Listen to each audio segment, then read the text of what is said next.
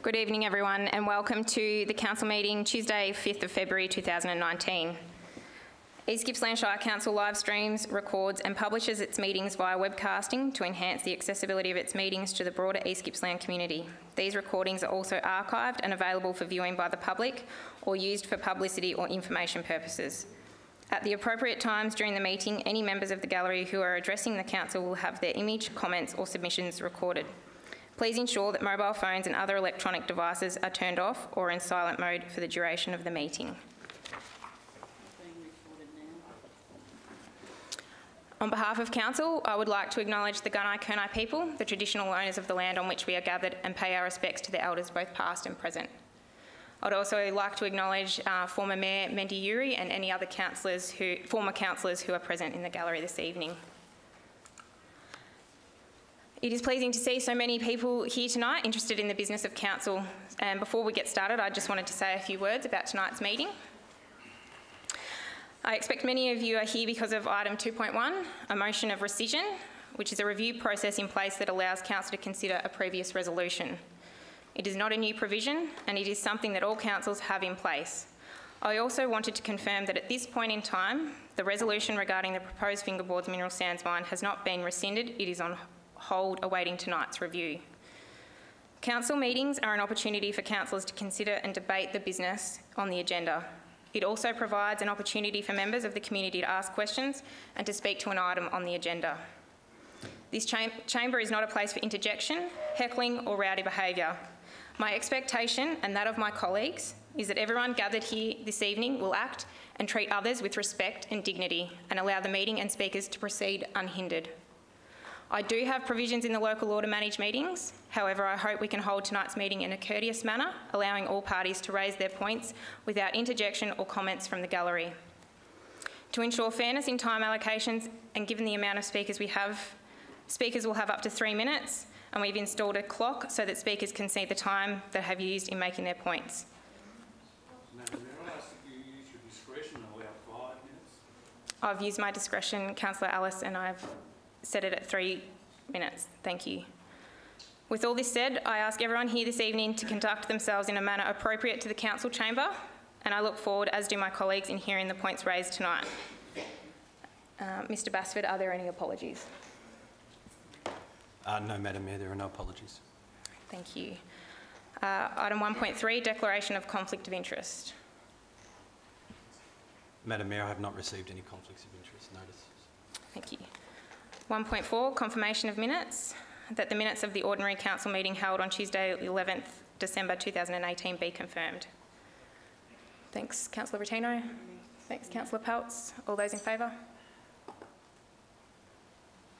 Oh, you weren't here.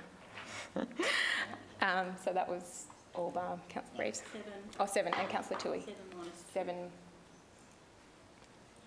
1.5, next meeting will be ordinary council meeting Tuesday the 5th of March 2019 to be held in Mallacoota, commencing at 1 p.m. 1.6, request for leave of absence. Madam Mayor, I've received no request for leave of absence. Thank you. Okay, 1.7 is public question time. First question is Mr Victor Hugo. Would you please come and read your question?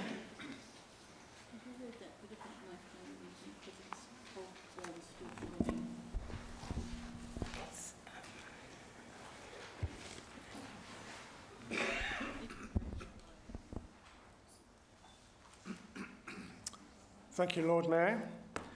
I refer to the aspects of the Council resolution at the meeting of the 11th December 2018 in regard to the Fingerboards mineral sands project and reference to the Council Code of Conduct and ask, 1, can Council please provide details including the source of all independent technical advice received regarding the impacts of the proposed Fingerboards mineral sands project that has informed Council's views about the project and in the interest of a sustainable East Gippsland economy, society and environment, and the long-term viability of East Gippsland's agriculture and tourist industries, and what steps councillors have taken to ensure that this information is factually correct. My second question is, can Council please provide comprehensive details of all active engagement, consultation and research undertaken by councillors with the entire East Gippsland community to determine the views of the community on the proposed mineral sands, Fingerboards Mineral Sands project that have informed councillors' views about the voice of the community and the community's opposition to the proposed mineral sands proceeding in the East Gippsland region. Thank you. Thank you. Mr CEO. Madam Mayor, unless my colleague Mr Holton has anything to add, I believe we should take this on notice so that we can provide an appropriate response. Thank you. Thank you, Mr Hugo. Mr Morris Borgelt, would you please come and read your question?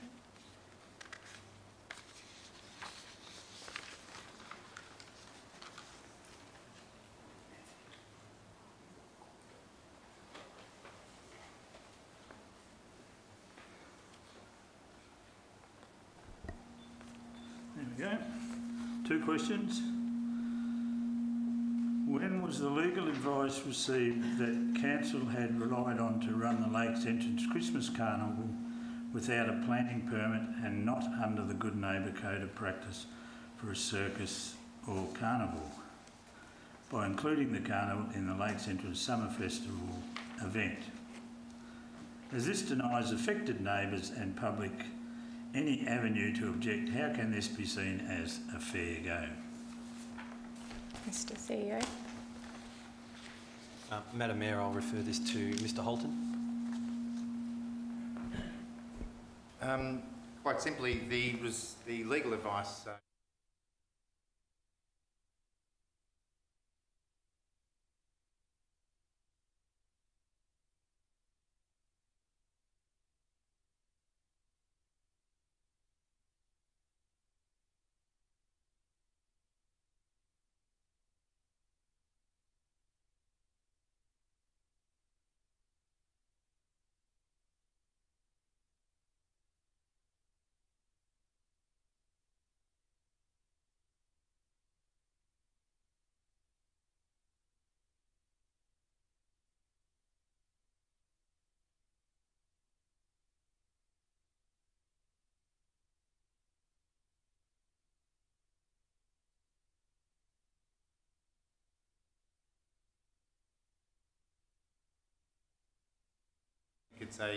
it's a rhetorical question, if anything. So I will treat it as such. So is that Holton for I'm not going to answer? I think he's answered the question, Mr Borgelt. Can you please move on to your next question? You missed that part of the question. Can you do it on later in writing? Take it on notice, that part? I'm happy to send a letter to the effect that I believe it's a rhetorical question. Yes, thanks. Okay. What would you say? Not happy. Anyway, try the next one. Lakes Entrance Carnival decision. Considering council stated that the EAO tender for the Lakes Entrance Christmas Carnival was being run well in advance to ensure potential proponents sufficient time to plan and prepare for the delivery of the carnival, and noting that the EIO submissions closed 4.5 months ago on the 19th September 2018, why is it taking so long to make a decision? Question part 1. Part 2. At which council meeting is a decision expected? Happy to advise that a decision has been made and that the contract for the delivery of the carnival as part of the Lakes Entrance Summer Foreshore Festival has been awarded to Chance Amusement under delegation by the CEO.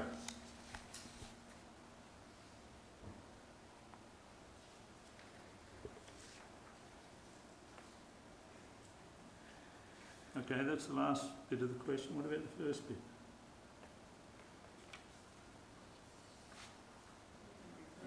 With all due respect, I believe I've answered the question in its entirety.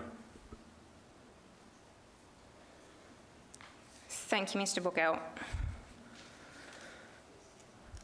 I'm speechless. Dr. Shannon Woodcock, could you please come and ask your question?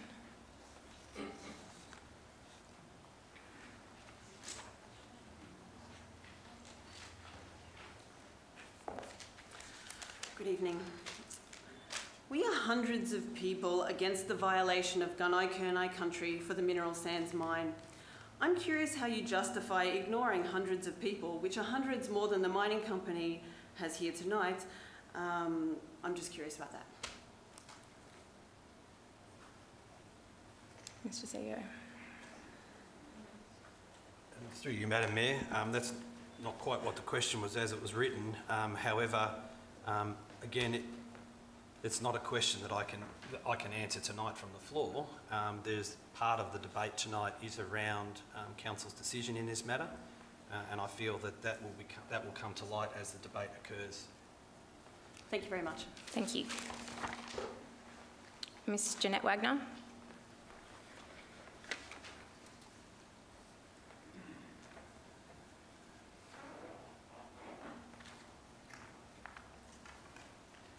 Thank you, Madam Mayor. My question is, when the notice of rescission was lodged on the 13th of December, why wasn't a date for a special meeting to hear that notice immediately scheduled after it was requested by Councillor Roberts? And question 2, and why weren't the Mayor, Councillors Toohey, Reeves and Peltz available to attend a special meeting proposed for the 19th of December, excuse me, resulting in a quorum not being met and Councillor Roberts having to withdraw his request, leaving the appearance that their unavailability was a deliberate act to boycott that meeting? Mr. CEO.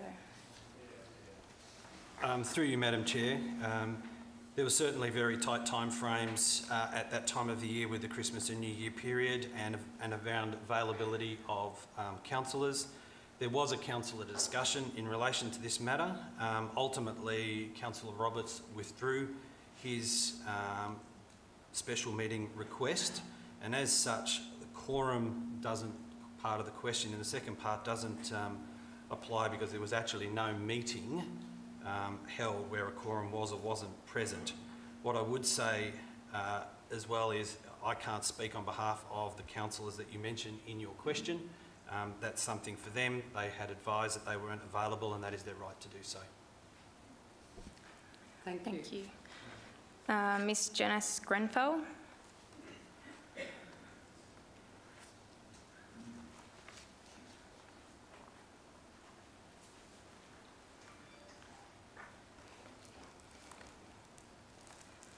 In relation to Council Resolution number 3 to 2018, a freedom information request that has been made, were there any written communications from the East Gippsland Shire Council CEO or written communications prepared and or sent on his behalf, sent during the period 8 p.m. on Tuesday the 11th of December 2018 to 8 p.m. on Thursday the 13th of December 2018 to 1. The Honourable Daniel Andrews, State Premier, 2. The Honourable Darren Chester MP, and 3. The Honourable Tim Bull MP, which touch, concern or otherwise refer to Resolution number 3, 2018, passed at the Council meeting on 11th of December 2018, and were there any responses whenever received to those written communications? Thank you, Mr. CEO. Through you, Madam Chair, a formal Freedom of Information request has been submitted. Exactly as has been read there, it would be inappropriate for me to speak to that when a formal process has been requested through a different channel. I would refer to Ms Bennett if she has a different view, but I believe that a formal process has commenced and it would be inappropriate to comment on that. That's correct, Mr. CEO. Thank you. Thank you. Pardon me, Madam Mayor, but may I ask Ms Bennett where that opinion comes from, the basis of what is a reasonable question not being addressed, how the FOI application impacts upon this citizen's question? I would be remiss I would be reluctant to provide a response to that question here, given that it hasn't, the FOI request has only recently been received and hasn't as yet been researched. So while the CEO may be able to provide a response from the top of his head, I would prefer that the facts are established and properly documented rather than having to be recanted through the formal process. Thank you, Ms Bennett. Miss Joanne Eastman.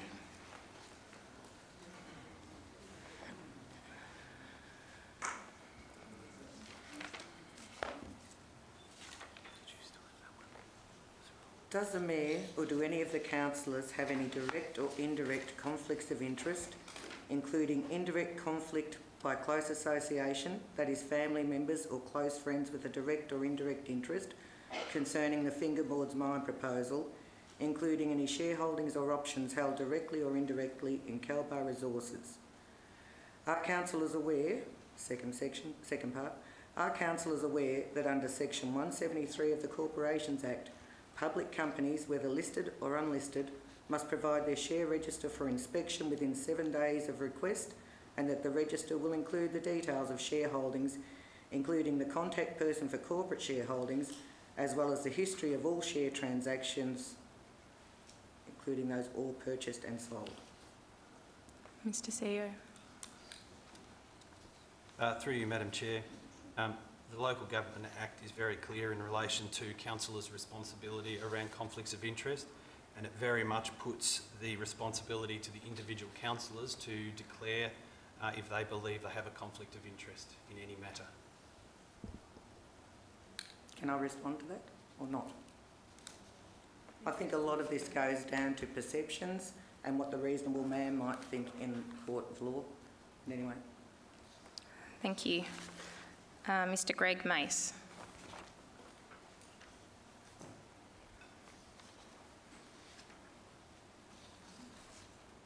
No?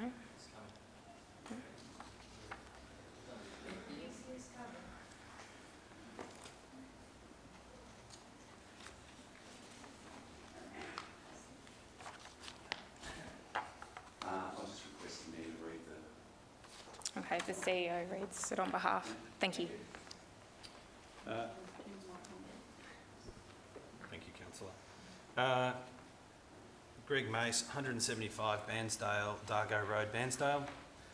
The question reads, Councillor Rationale, associated with your job with Federation Training as partnership broker, Gippsland Resilience Strategy, have you had any involvement of any kind, or are you aware of any upskilling program at Fulham Correctional Centre to assist inmates on release from jail to gain employment with the proponent mineral sands mining company should the mine be approved to proceed? Can Councillor Rationale advise if you had any employment or made any application for employment or undertook any consulting work for Kalbar Resources between 2016 and 2019?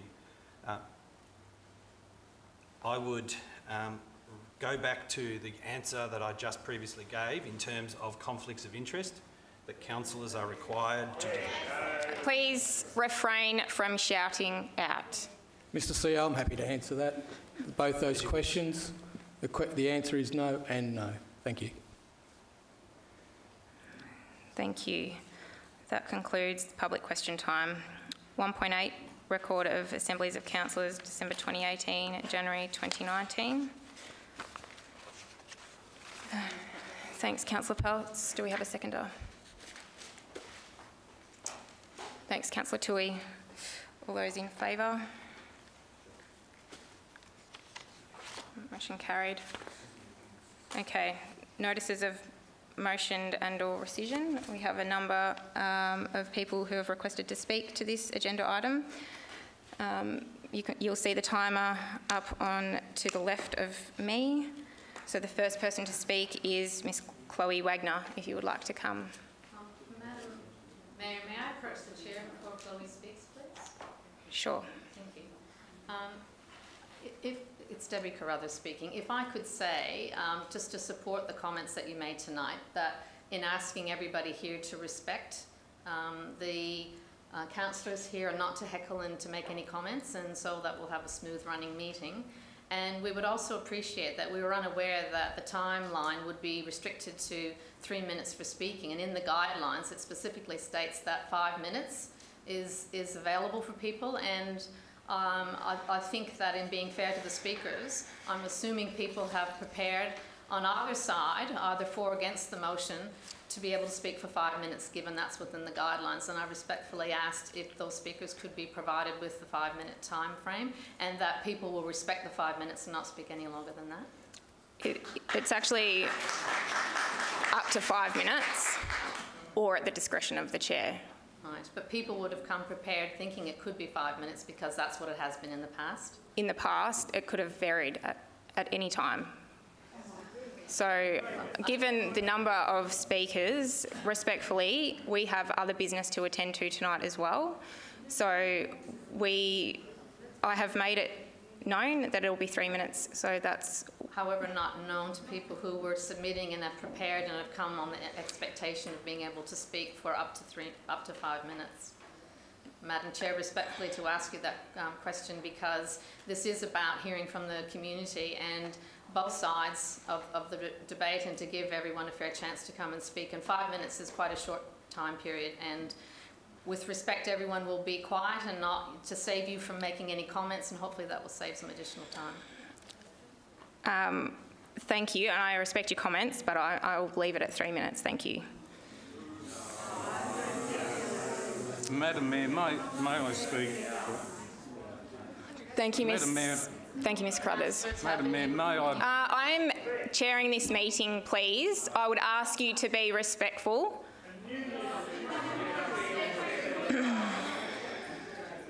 Miss Chloe Wagner, can you please come and speak? Thank you, Miss Wagner.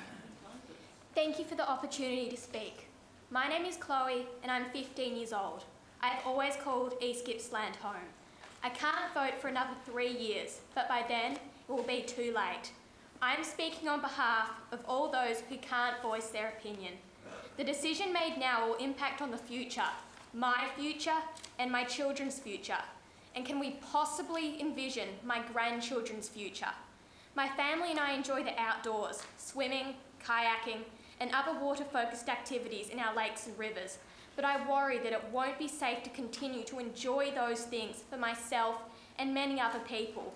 I am not against mining, but I am scared about what will happen here because of the location of the mine.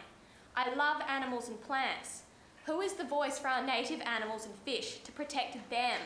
Potential harm to our aquatic life, which in turn affects the fishing and tourism industries, are things that I worry about.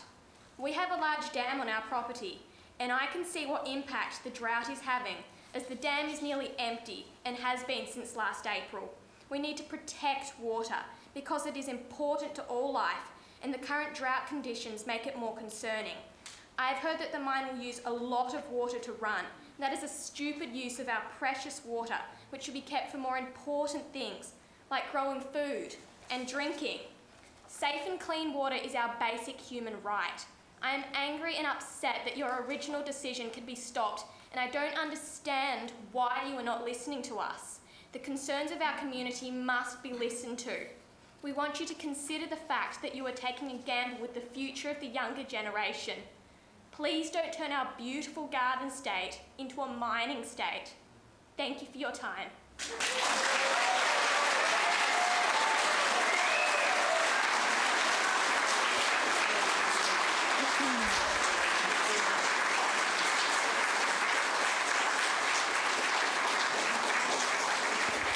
Mr. Charles Beckett. Mr. Charles Beckett.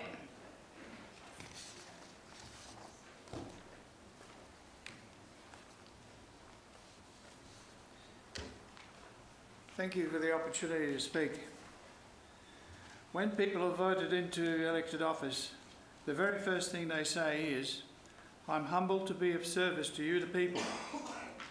Councillor Roberts' motion that was passed was about listening to the concerns of the community and taking action to let decision makers know they should be serving the people who elected them. If one examines the rationale in the rescission motion with respect to clarity of the December decision, I would have thought it is the role of the Mayor and the CEO to ensure there was clarity before the vote was taken. There are nearly hundreds of studies and statutory papers written about the region between Dargo and the 90 Mile Beach. They all have one thing in common: the sensitivity of this region. In about 2010, the Lindenau Valley was becoming more intense with human habitation and agricultural activity. In April 2011, the Council commissioned a report to review the East Gippsland planning scheme called the Lindenau Zone and Overlay Review. This was carried out by SMBC Consulting Group, whose origins go back to the Snowy Mountains. The strategy is to ensure that high-quality agricultural land and the Mitchell River floodplain is protected from inappropriate development. The policy required that dwellings will generally need a planning permit to minimise the impact of non-agricultural uses on valuable land. It is so reassuring to see the Council protecting our valuable agricultural assets from somebody building a home. Many papers have been written on dams developed in dispersive soils. Some papers do not even recommend a water storage dam being built on such soils, let alone a 60-hectare tailings dam. Do we mention Benambra or even Brazil?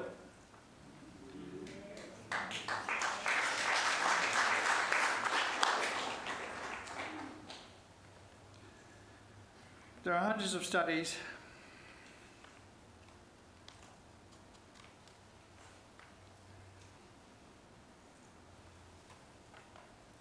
Dear Mayor and Councillors, the proposed open-cut mineral sands mine does not seem to comply with your planning policy. The EES process is flawed and a high proportion of your constituents are against the proposal.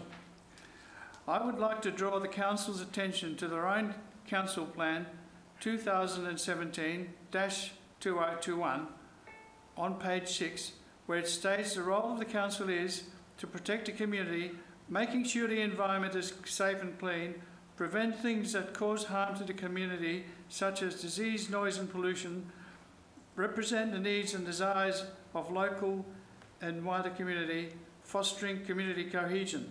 Thank you, Mr. Beckett. As ambassadors, you are obliged to advocate on behalf of the Weeda people, all thousands of us. You must vote against this motion of rescission. Thank you.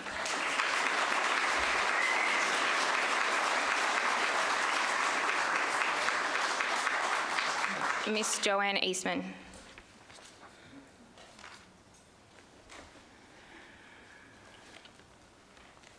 With apologies, because I thought that we had 5 minutes to speak, so it's quite difficult trying to work out what the most important things to say are. As I said in the last time I spoke to Council, my family's affected by this mine, having a property right next door and one on the other side of it, and it's going to have massive impacts on us.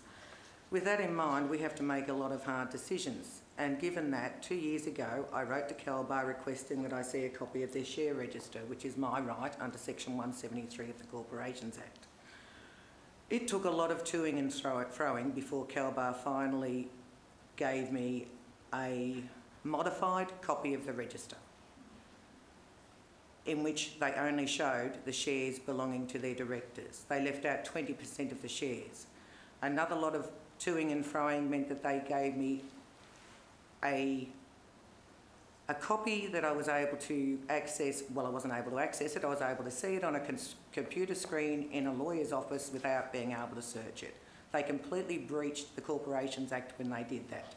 We need to make decisions based on what we know about who's behind this mine and whether there's any substance to them.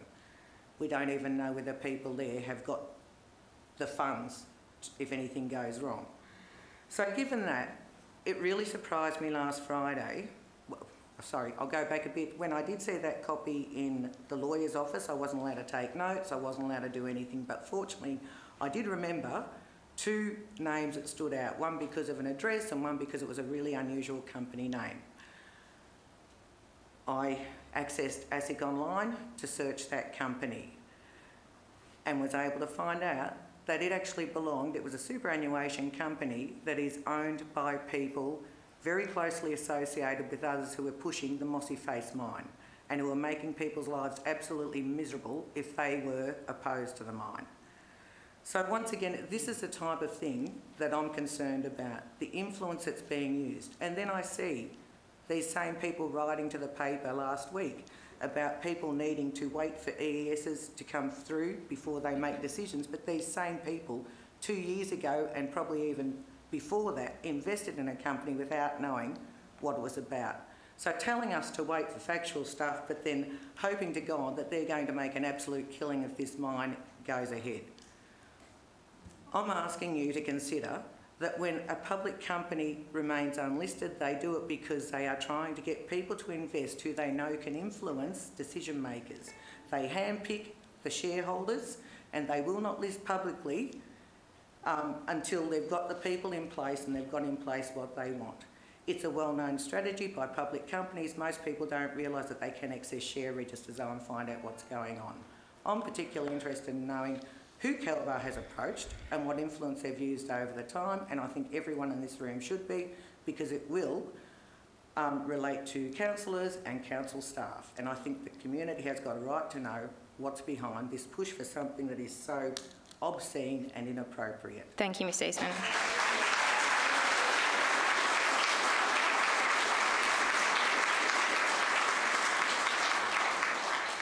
Mr Victor Hugo.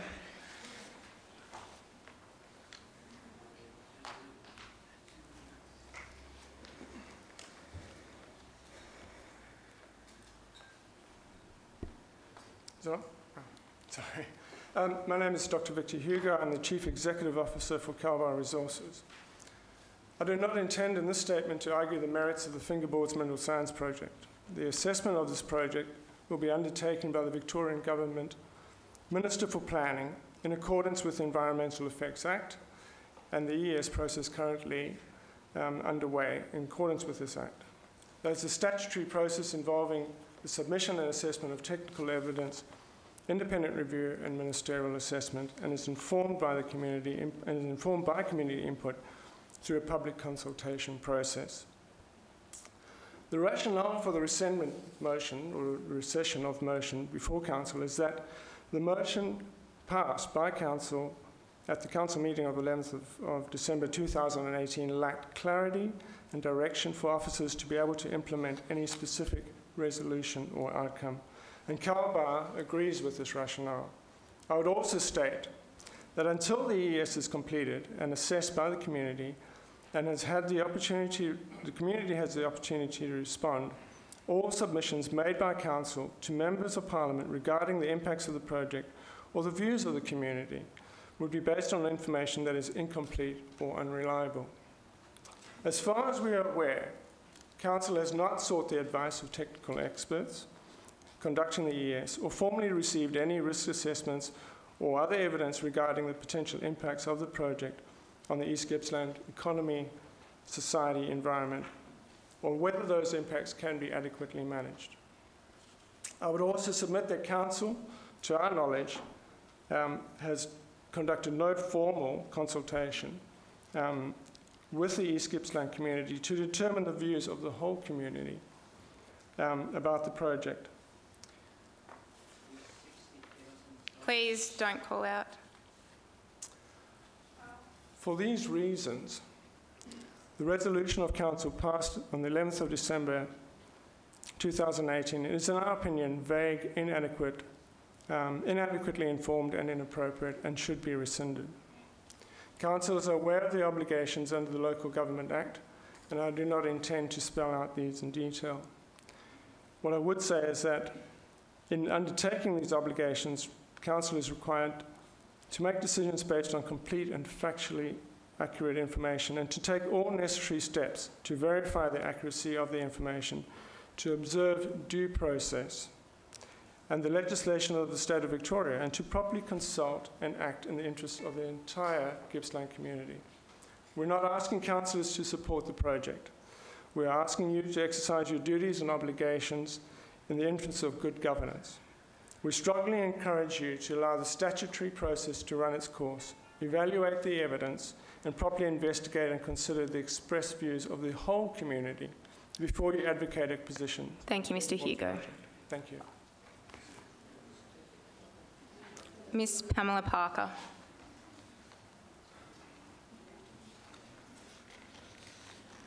Good evening. I'm reading this on behalf of Pam Parker. I've abbreviated it, so I hope it still makes... Can you just let me know what your name is, sorry? Sorry? What's your name? Mel Baker. Okay. Thank you. She represents the Australian Landscape Trust, an environmental organisation registered with the Australian Government and committed to the sustainable use of natural resources, restorative farming and conservation. Stratfield Estate offers good public agricultural research and a mission following from the bequest of Dr H.C. Disher, the last of 3 generations of the Disher family, on a property 1869 to 1976. ALT is a trustee of Dr Disher's will that was codified in the Cypress Order by the Victorian Supreme Court in 2003. The National Trust records Stratfield Estate as the oldest continuously occupied farm in Victoria. It was settled in 1842 by William Odell Raymond, 2 years after the first documented European, Angus Macmillan, entered Gippsland. Stratfield Estate is heritage listed at local, state and national levels. What guarantee is there will be no wind-blown particulate contamination or pollution of the water resources from this proposed development to cause Stratfield Estate to forfeit its organic certification, research program and the capacity to make public good contributions? The issue is risk. Cost benefits of this proposed high-risk development have not been defined. What is the level of the environmental and economic public risk of this proposal? Water required for the operation, where is it to be sourced? There is no publicly available answer to this question. What are the safeguards of regional water resources potentially impacted by this development if something goes wrong? What scale of finance resources being offered by the proposed development to be set aside before the project begins to cover costs of remediation that are anticipated as well as those that arise if something does not go as planned? What technical means are available for post-mining soil restoration, including porosity, permeability and the return of organic components? How likely is this proposed mining operation not to go as planned? One only has to refer to the ABC this past week for reports of environmental restorations that did not go as planned, as illustrated by the collapse of the new Standard Energy's financial capacity to remediate its mine sites and the Murray-Darling Basin's Authority performance reviewed by the Royal Commission. Professor Kingsley Dixon, ARC Centre for Mining Restorations, told the ABC that New Standard Energy lacked resources to undertake the environmental rehabilitation. He noted that New Standard Energy is an example of common problems across the industry, typical of 90% of mining and exploration activities that posed a risk becoming public rehabilitation liabilities because of inadequate planning and insufficient funding. I don't think it's a general disrespect of the law or process, Dr Dixon said. It's a gross misunderstanding of the complexities and the scale of investment that's required for rehabilitation. Thank you, Mr Baker. Thank you.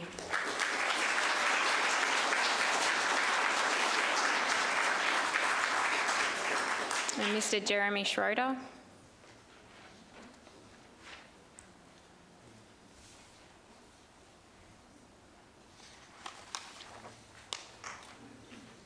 Thank you, Madam Chair. Jeremy Schroeder to speak tonight.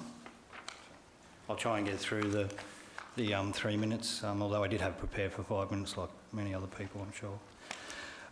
Tonight we need to speak about and recognise our global responsibility. Mining divides communities. That is why we find ourselves in this position tonight. We have a divided community right here and right now. Divided communities right across the globe who are currently defending ancestral territories, farmlands, pastoral lands, wildlands, sacred lands, water systems, villages and homes from extractive industries and corrupt local governments who allow mining companies to influence local politics and business. Every councillor needs to be aware of the following in current situation before casting their vote. In July 2018, Calbar Resources signed a non-binding heads agreement with Chinese state-owned enterprise Chinalco Rare Earth. This company is directly supervised by Chinese central government. It is China's largest non-ferrous metal enterprise and owns numerous downstream rare earth plants in China. Chinalco Enterprises is directly responsible for what is now widespread protest and mass mobilisation of opposition in the Guangxi area. Opposition that has turned into a conflict of violence and a village protest being crushed by military police as early as May last year. Because the Chinese enterprise Kalbar Resources has signed an agreement with, have breached numerous environmental laws in 2018, and they continue to exploit and poison the communities living in that area. Quote, state-run Chinese media earlier reported, Guangxi Rare Earth, a unit of Chinalco Rare Earth Metals, has been contaminating water sources, unquote. Quote, inspectors also found to have been carrying out mining activities outside of its permitted areas. The quantity and variety of industrial waste that's being dumped into 12 sand mining pits selected at random by inspectors was described as shocking by the ministry. It was unveiled in May that new measures need to be cracked down on illegal transport dumping of this waste, unquote. If the proposed fingerboards mine goes ahead, rare earth concentrate will be shipped from paddocks at Glenaladale to China. Separated, doused in acid and chemicals, processed through red-hot furnaces to extract its components, while the waste from Glenaladale ore will be added to a 5-mile-wide tailing lake that has killed farmland for miles around, made thousands of people ill, and has put one of China's key waterways in jeopardy. That's right now, this time. Communities like Meipeng Village and Yulin City, where the concentrate that has been remained undisturbed for millions of years from Glenaladale will be processed, has over 43,884 farmers, women and children who are being poisoned and exploited by the very enterprise Kalbar Resources has moved into agreements with. If this concentrate is allowed to be shipped from Glenaladale, it will be added to the toxic lake that grows larger every day with the overwhelming stench of radioactivity waste already poisoning Chinese farmers, their children and their land. The villagers said local government has forcibly occupied the land in the name of tourism projects and highway construction. Thank you, Mr. Schroeder. Villagers. It's understood that local government supports the mining enterprise, regardless of the opposition of villagers, destroying forest land and digging up large pits for rare earth mining. Thank you, Mr. Schroeder.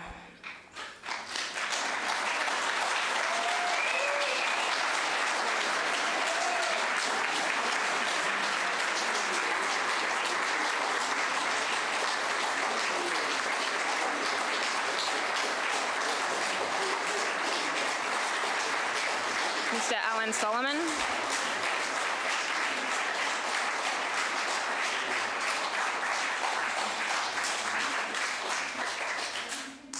Mr. Alan Solomon.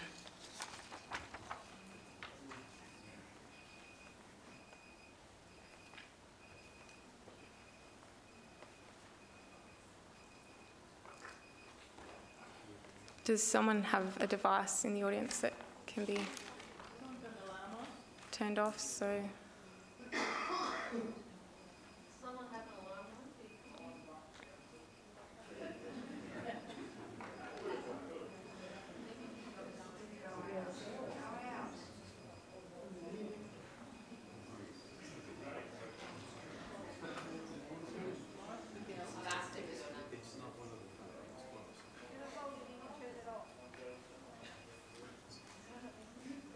Sorry.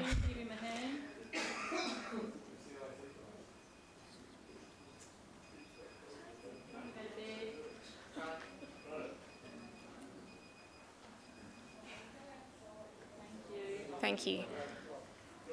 Mr. Solomon. Last year I spoke about if you speak in the words of acknowledgement that you need to respect the words. I also mentioned about massacre sites that happened in the area that hundreds of remains was found. Gunai Kurnai peoples travelled to different areas of Victoria following the seasons of food source. There is numbers of camp areas throughout Glenaladale, and still today you can find the artefacts. I'm just going to use an example. Now, if that was our Australian Anzacs and the camp areas was our diggers setting up camp and waiting for the enemy to come, all them scarred trees were bullet holes, the artefacts were bullet shells, bomb shells, and everyone would know that story and that history because that's the history. How would you feel if a mining company wants to mine that area. And yourself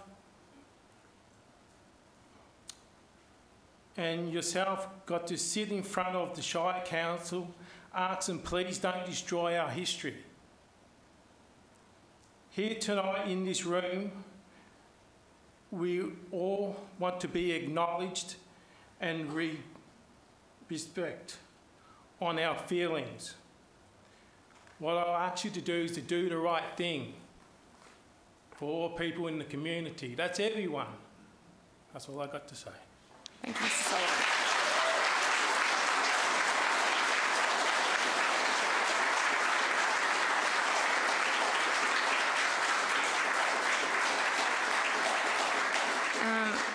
Miss Astrid Rose, and I believe Don Rita Reifman is reading on her behalf.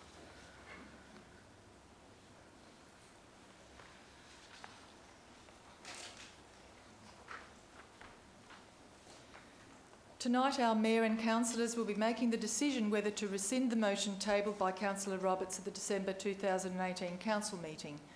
Before they make their determination, I would like to take the opportunity to remind them of the recent rejection of the development of a large 5-star luxury resort proposal for Apollo Bay. At first sight, it may seem that comparing the process involved in an approval for a luxury 5-star resort to that of an open-cut mineral sands mine is rather like comparing apples to oranges. However, there are many aspects of the decisions and responsibilities of the Colac Otway Council faced when dealing with the permit application for that development, which East Gippsland Shire councillors now face in deciding their course of action in relation to the proposed mineral sands mine project at Glenaladale. The Planning Minister rejected the development of the resort at Apollo Bay for several main reasons.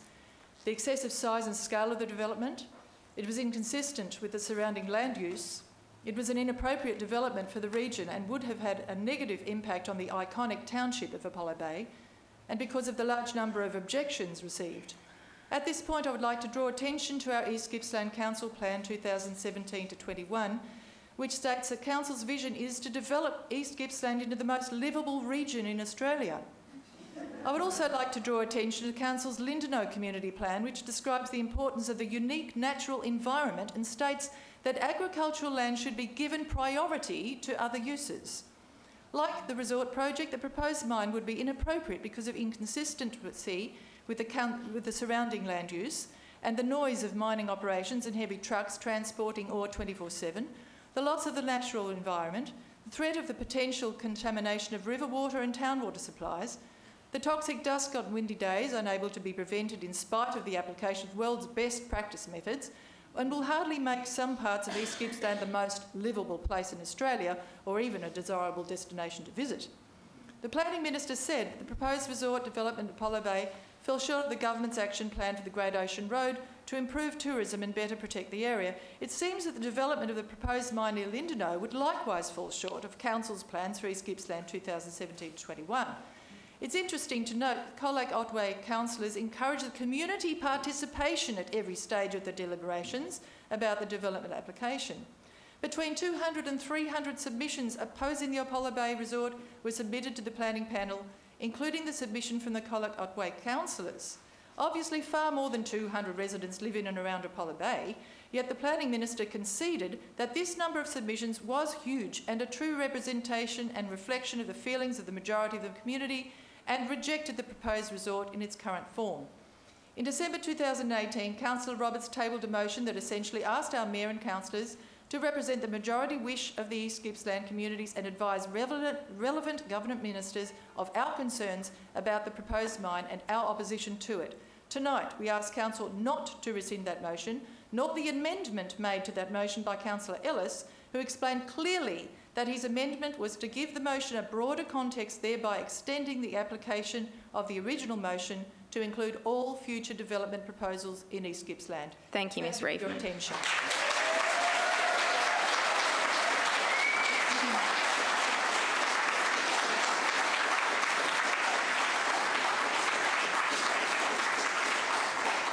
Miss Debbie Carruthers.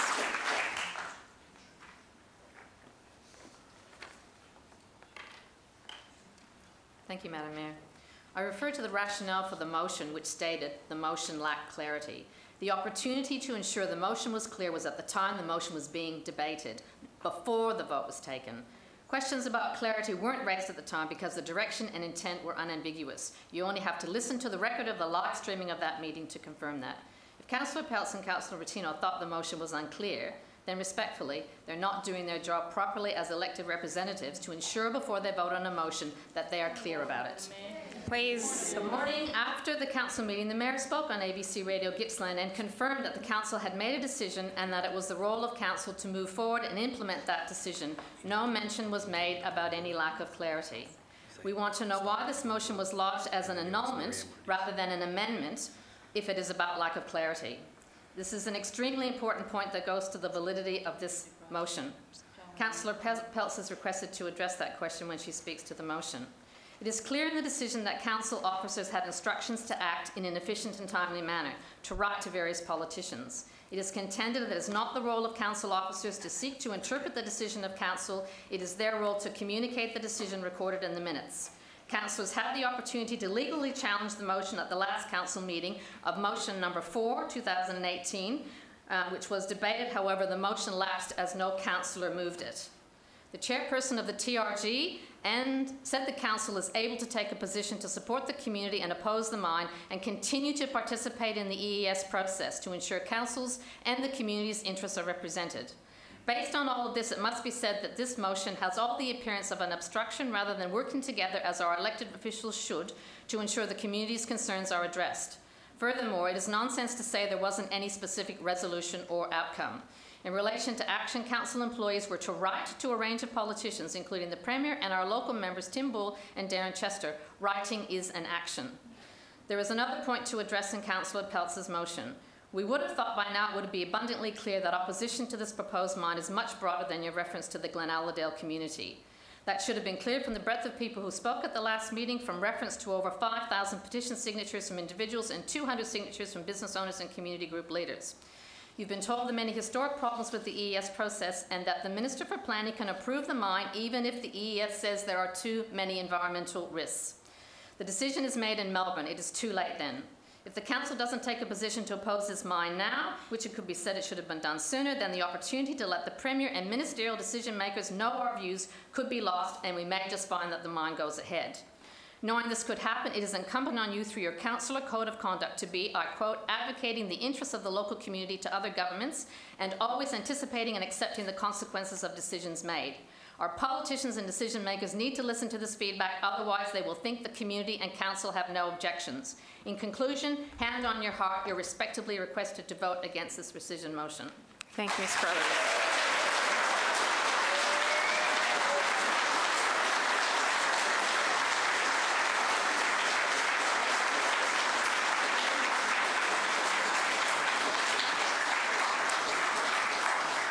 Miss Anita Schaefer. How many more, Madam Mayor? Another 10.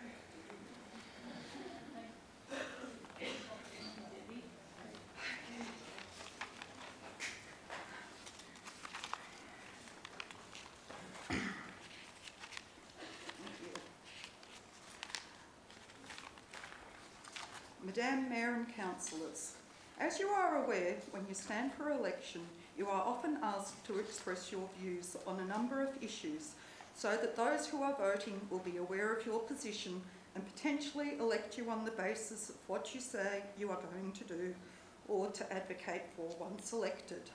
Before you were elected to council in 2016, you were all asked for your position on the proposed mineral sands mine. I would like to take the opportunity to remind you of what you said about the mine at the time and how that has shown itself in relation to Councillor Roberts' motion last December to support the community in opposing the mine and to write to the relevant ministers accordingly. As Councillors Buckley, Ellis and Roberts and White have already shown, they are listening to the community's concerns by voting in favour of that motion. The information I am providing only covers those councillors who gave their position on the mine in 2016 and either voted against the motion in December and or were party to the lodgement of the recession motion being voted on tonight. Although Councillor Rationale voted against the Councillor Roberts motion in December and was one of the 3 councillors involved in putting forward the recession motion, he did not state his position about the mine in 2016, so I can only guess what that is. However, I would like to remind Mayor O'Connell, Councillor Pels, Councillor Reeves and Councillor Toohey of what they said at the time. Mayor O'Connell said that she believed the proposed mine would have many environmental, economic and social impacts and would need to meet a range of criteria, including an EES if it was to be approved. She also said that she would engage extensively with the impacted communities and advocate for a decision that was in their best interest. Councillor Pels said that it was important to balance the prospect of economic growth and potential jobs against current investment and health. She also said that she had reservations about the positioning of the mine near a water supply and river that is relied on for vegetable and crops, and that it would continue to be a huge issue for the new council. Councillor Toohey toured the mine site and said he was against the mine. Councillor Reeves said that he could not let any development progress that would threaten our Lindenow Flats agricultural area and the ongoing sustainable, clean, green production employment in this area or our shire and region. Simple, he said. Councillor Reeves had previously gained a lot of respect from... Thank you, Ms Schaefer. ...when he took a lead position in support of the successful anti-fracking motion that went before the council in 2016. Thank you. Your time is now up. ...in council making a decision to oppose... Thank you, Ms Schaefer. ...gas mining in the Shire and to write to the Premier and politicians accordingly. Ms Schaefer, your time is now up. At a time when there Can were you please... exploration licences for CSG across... Thank you.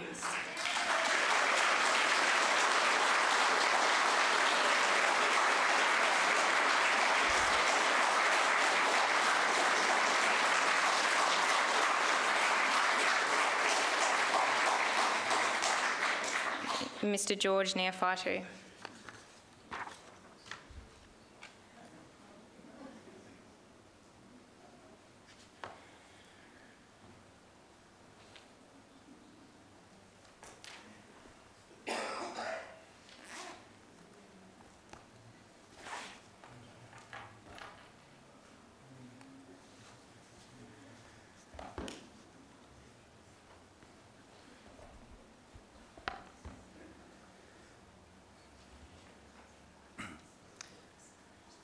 I have 3 brief points.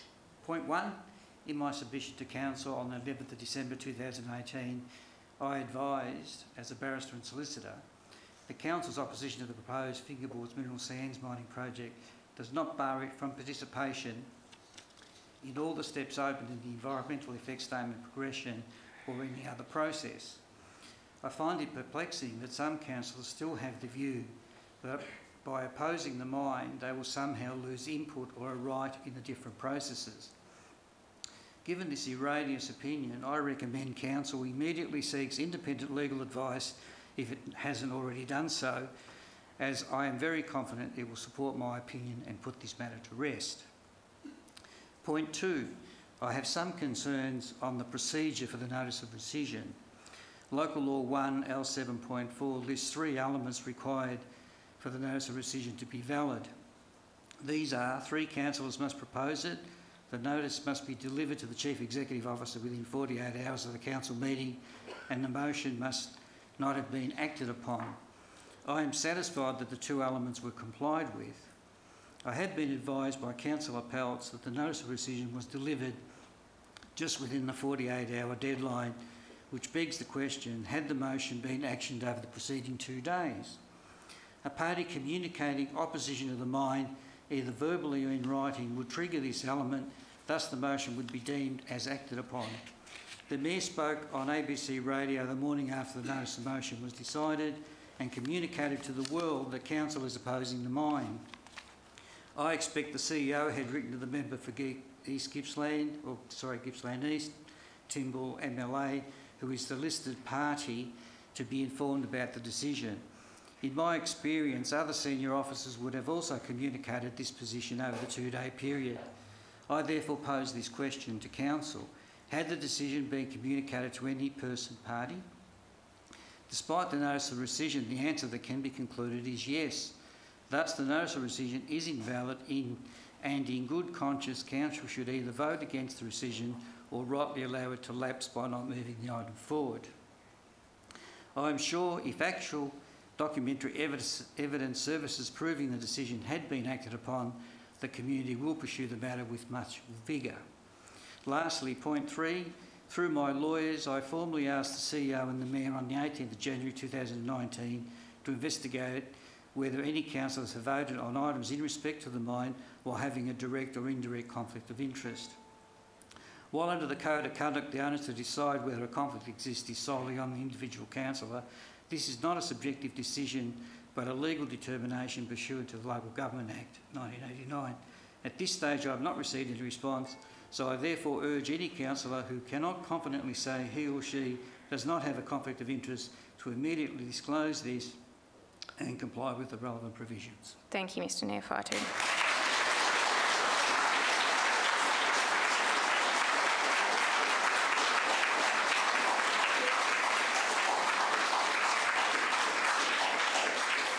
Ms Meredith Uri.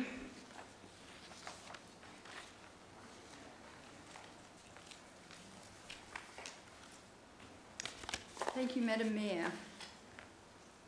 Councillors, you've listened to many voices in relationship to this proposed mine, and I commend your efforts to gather information and hear as many perspectives as you can, including going on field trips, expanding your knowledge and understanding in order to make the best decisions that you can. And I thank you for this opportunity to speak. Since being on council, I've gone back to study. I've done an MBA and a Master of Strategic Foresight, so I'm a futurist, and I wanted to speak to this proposal from the perspective of futures and foresight this evening. I'm not sure how much I'll get to say. One of the tools used in strategic foresight is to create a preferred future, because the future hasn't arrived yet.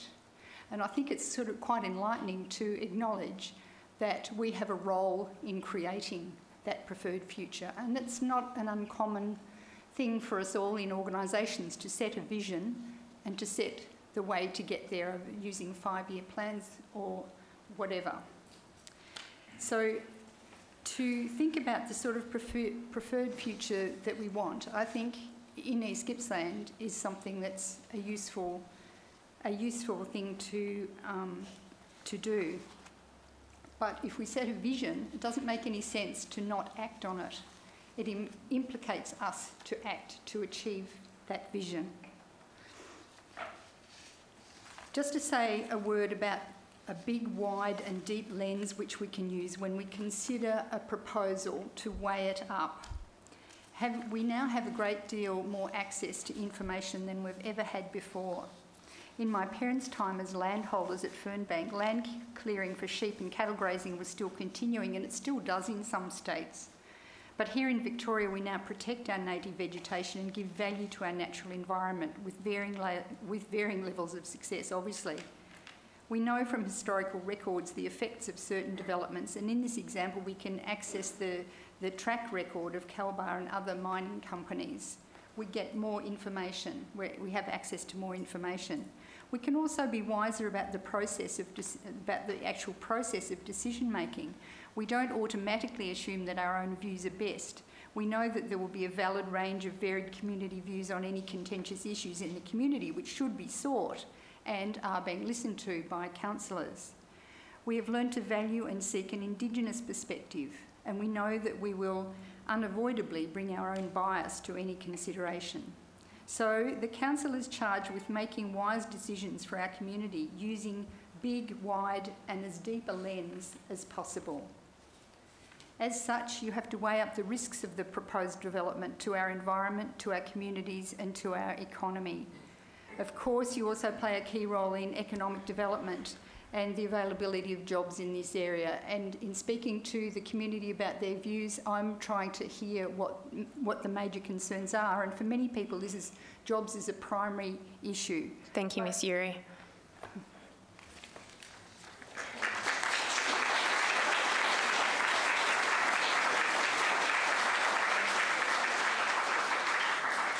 Mr Casey Ritchie.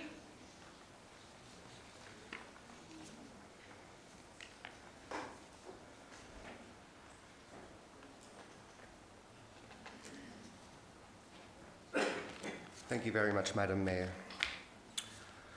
The Bairnsdale Koori Youth Council proudly acknowledges the Gunai Kurnai people. We acknowledge their rich and continuous culture and pay our respect to their elders past, present and emerging.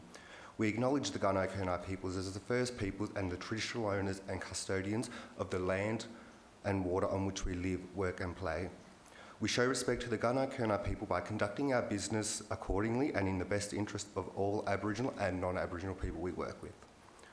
We recognise the value and ongoing contribution of the Gunai Kurnai peoples, and we embrace the spirit of self-determination and reconciliation, working towards a shared vision of equality and ensuring an unbiased voice for all. We also pay our respects to everybody present tonight and acknowledge the shared emotional distress this mine has caused us all as a community. And once again, on behalf of the Bairnsdale Koori Youth Council and the wider Aboriginal community, we say no to the Fingerboards Mineral Sands Mine at Glenelladale. As I stated in my last address, East Gippsland is home to some of the most oldest and most substantial cultural sites in Australia. These sites continue to provide a valuable insight into the rich history of the land. The rock formation, ceremonial sites and trading and hunting grounds found in and around Glenelladale are extremely meaningful to our Gunai Kurnai peoples, and its preservation is vitally important for our identity and the continuation of our rich cultural history. Many of these sites and more are facing threats of extinction from mining development, and the proposed mine will unequivocally affect our ancient local history. As a community, we cannot let this happen. In addition, we cannot let the lives, livelihoods and memories of generations of Aboriginal and non-Aboriginal people who have lived, thrived and survived off this land be lost in the name of mining development. We know that mining in other areas nationally and internationally has and will cause colossal and irreversible damage to the land and ecosystem. Developing a mine here will enormously affect every person, every farmland, every plant and every animal and every waterway in the southeast region. I cannot stress enough how much we do not want to see this happen in our beautiful part of the country. This land we all live on has looked after us. It has housed us, it has fed us for generations. So how can anybody from this community want to cause it so much damage, along with everyone that inhabits it? Again, I will say the negative risks associated with developing a mine far outweigh any benefits. If this mine were to go ahead, it will negatively affect people and the environment by forcing them from their homes and preventing them from accessing clean food and water. It will impact on our culture, health and livelihoods and those of our future generations. It will continue to cause division and discord among the people and continue to change the social dynamics of our community. These impacts are exacerbated when our local community are not consulted about a planned mine, even worse when our community are not given a say on whether a mine goes ahead or not. Like in many parts of Australia, our people's hunting grounds and ceremonial lands were simply stolen without discussion. We cannot continue to let this happen. We will not be silent, and we will collectively and determinedly fight against this happening again. Thank you, Mr Ritchie. Thank you. Your time is up, Mr Ritchie. Your time is up. Your time is up, Mr Ritchie. That's right. Thank you. Had it been divulged that the time was limited, we would have prepared, so... Thank you. It's our fault, actually.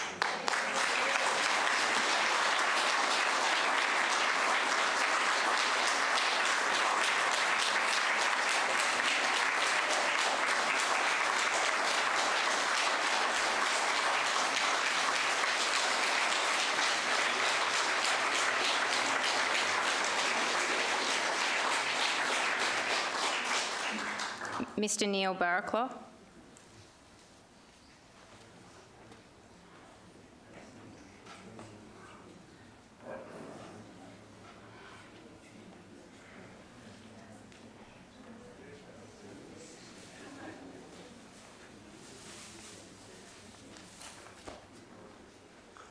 Thank you, Madam Mayor. Last time I spoke about future rainfall decline and the allocation of water.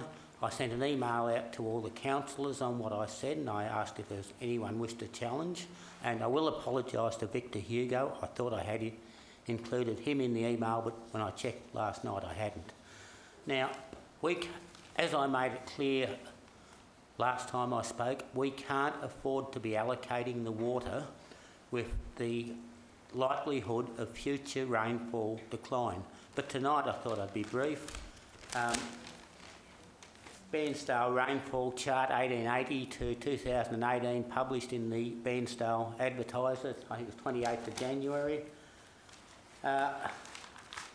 Present rainfall decline is significant. The last, and it says 701 millimetre average from 1880 to 2018. Now, last 5 years have been 585 millimetre, which is like basically over 100 millimetres down, and the last decade has been 612 millimetre. The last 5 years rainfall being down isn't significant because it can be shown that long-term lunar cycles have affected the last 2 years. So last 5 years rainfall, I am not putting any significance into that. But the last decade is 612 millimetre, nearly 100 millimetre down, and the previous decade, 1999 to 2008, was 599 millimetres. Now, we cannot afford to be taking more water out of the system with the present rainfall decline that's happened over the last 2 decades. Now, if you're on Facebook or if you're probably watching the news, there's been massive problems in the Murray-Darling because they allocated water that was available during a period of very high solar activity, which relates to high rainfall. Solar activity has dropped off and the Murray-Darling has significant problems.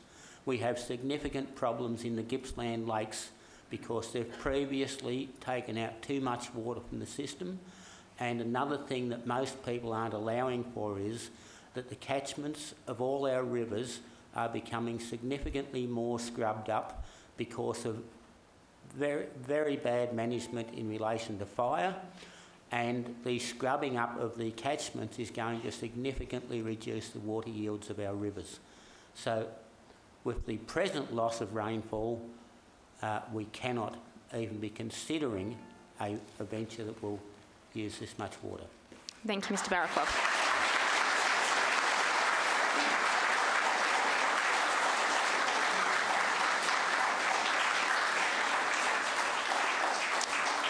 Mr Alan Sheridan.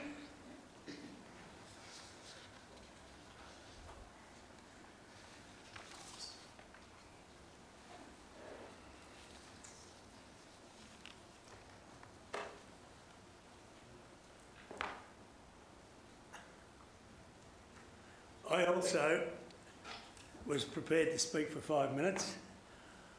I went into the office to get the form to be here tonight and was assured that it would be a 5 minute that we would have to speak. And now you've cut it down to 3 minutes, which I think is absolutely rude. Now, I had a fairly long-winded discourse prepared about the difference in the way councillors behave now to the way they used to behave 50 years ago, to give them the benefit of my experience.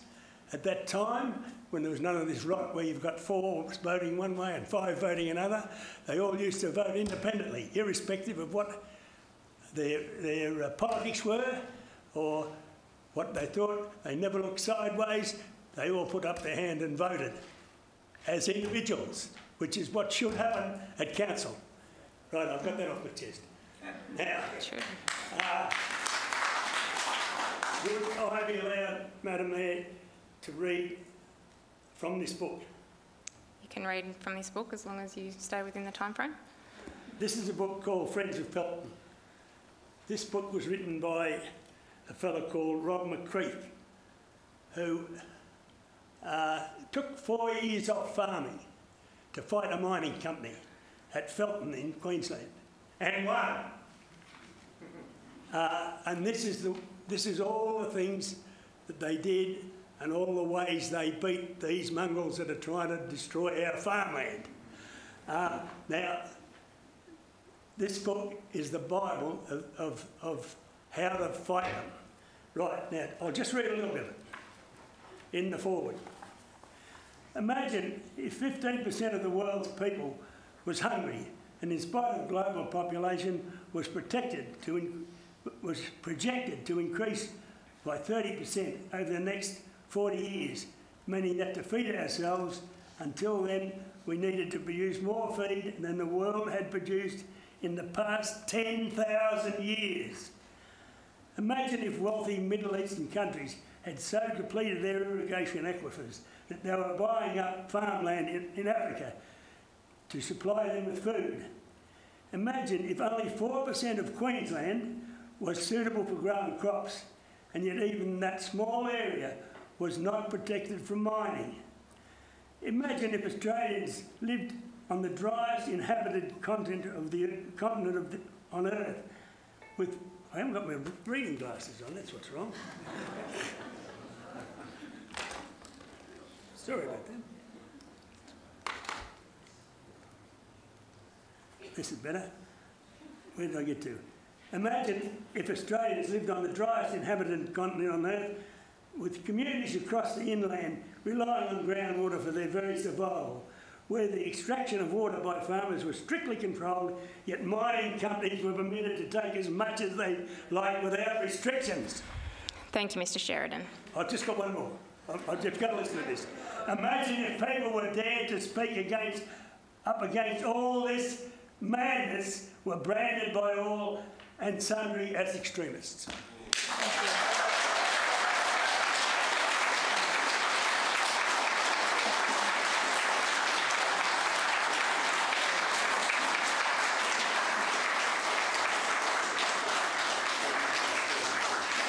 Mr. David Warren.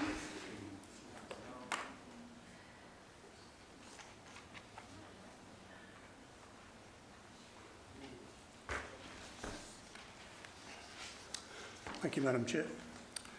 My previous presentation to the Council regarding this matter was as President of the Gippsland Lakes Recreational Fishing Alliance.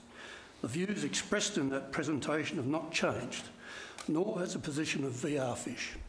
VR Fish is the peak representational body of recreational anglers in Victoria, and they will advocate against this project to government. We are totally opposed to any mining project that impacts the health of Victorian waterways, particularly excessive water extraction and pollution. Given recent events on the Murray-Darling, it's obvious that water management will be front and centre of advocacy from the view of the recreational fishing community. This will be particularly true for the tributaries of the Gippsland Lakes. I can assure the Council that anyone else who has an interest in any attempt to obtain more water from the Gippsland Lakes rivers, particularly the Mitchell, will come under increasing scrutiny and opposition.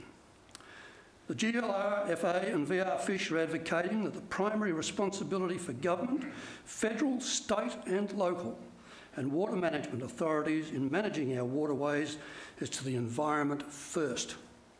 Without water, nothing else matters. Since my last presentation to Council on the 11th of December, it's appropriate that I inform the Council that I am making this presentation as convener of the newly formed East Gippsland Alliance. The EGA represents a number of community groups that are active stakeholders in and around the Gippsland Lakes catchment and East Gippsland. These groups currently number 17, range from Friends of the Earth in Melbourne to the Bega Valley Shire Residents Association. The EGA is apolitical, with representatives from across the political spectrum, and our common concern is protecting the environment of East Gippsland, especially in regard to water. We are not opposed to mining, but we are opposed to mining projects that threaten to pollute or extract water from the waterways that are significant to the environment and communities, particularly in Gippsland Lakes. The Gippsland Lakes are one of Australia's most significant and important waterways, economically and socially. They have been degraded for decades by industrial activities that have placed economic development before environmental protection. While we accept that economic development is important, when it takes precedence over the environment, it is counterproductive and the true cost of the community is rarely considered. The current brief for the EGA is concerned with the proposed mining projects at Fingerboards, Glen Allerdale and the Round Oak Stockman copper mine at the head of the Tambo River near Omeo. The EGA opposes these projects on the basis they are completely unsuitable regarding location, their environmental impact, unacceptable risk to the rivers on which they are to be located, and ultimately the Gippsland Lakes. Thank you, Mr. Warren.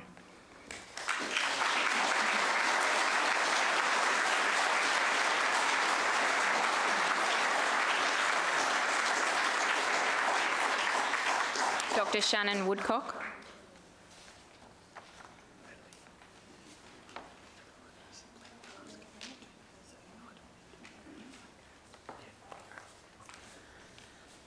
Good evening. My name is Shannon Woodcock and I'm a settler here.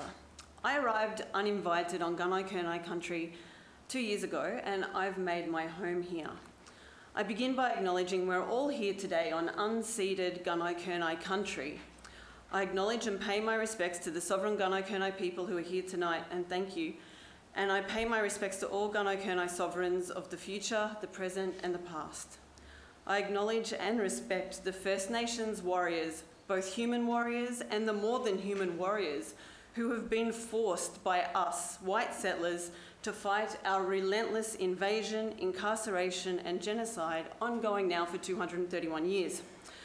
Gunai people have never ceded sovereignty. So what does it mean for me to come here tonight as a white person and say Gunai people have never ceded sovereignty? It means that there has not yet been a treaty between us settlers and Gunai people here in country.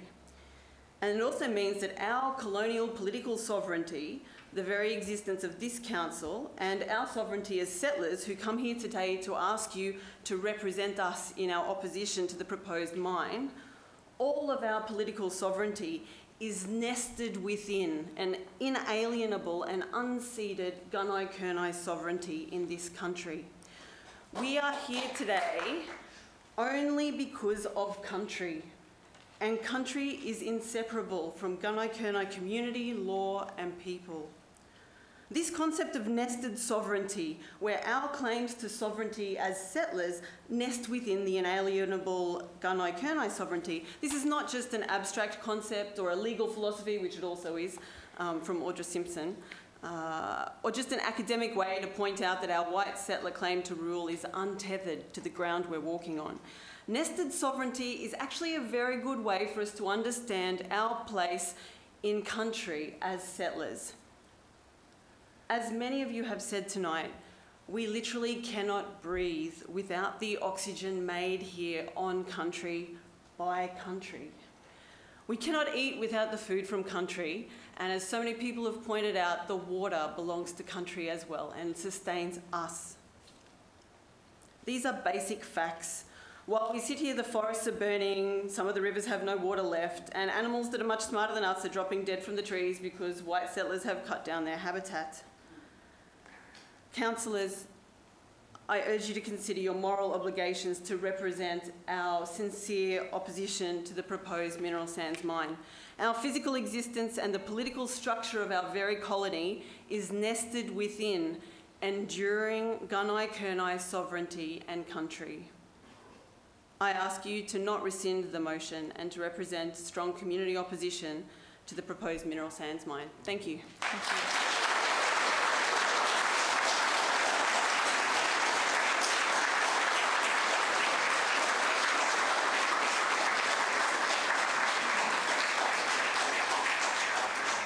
Mr. Kane Bush.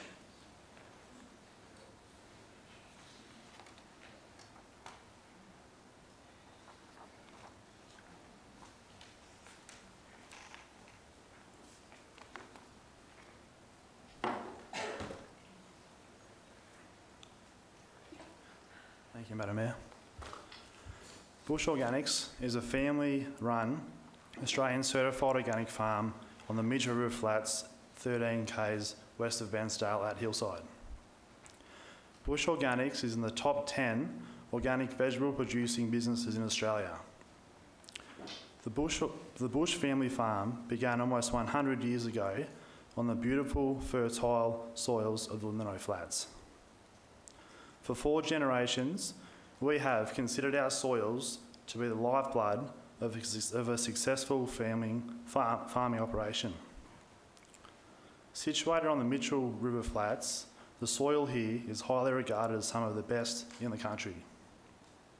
It is critical that we look after the environment and the soil, not only for our business, but for all vegetable producers in the Lindenow Valley. Bush Organics is a member of the East Gippsland Food Cluster. As stated by the Executive Officer, Nicola Watts, at the last council meeting, the East Gippsland Food Cluster does not endorse anything or practice that has an impact on the clean, green image of produce. Stringent certification requirements must be met for our business to continue to receive its organic certification. It is inconceivable that we and other organic producers in the area will be able to continue to receive our certification should the proposed mineral sands mine at Glenaldale proceed, given we are only a few hundred metres downwind from the site. We are concerned about the impact of dust on our produce, which will impact on organic certification, as well as the health risks to us and our workers in the field from silica dust, which is a well-known carcinogen when inhaled. There are other organic businesses in the Lindenow Valley that will face similar concerns.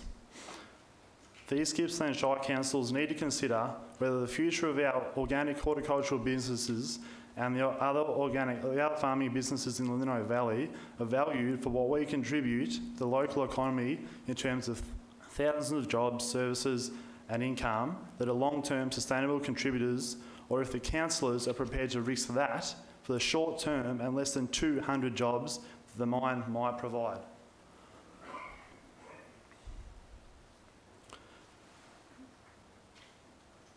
We, as well as 9 other major horticultural businesses in the valley, were involved in a horticultural impact study that was initiated by the VFF and funded by Calbar. 6 of the 10 of us were involved in that study, decided to speak out now against that report, and we have advised Calbar of that by letter yesterday, raising a multitude of questions, as Calbar's response does not address our concerns.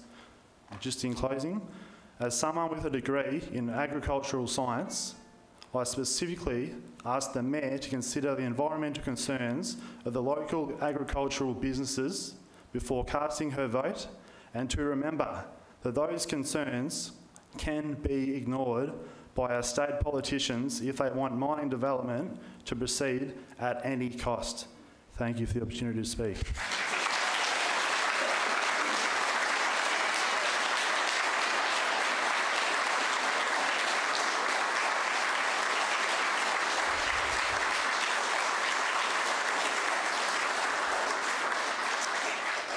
Mr. Glenn Marr.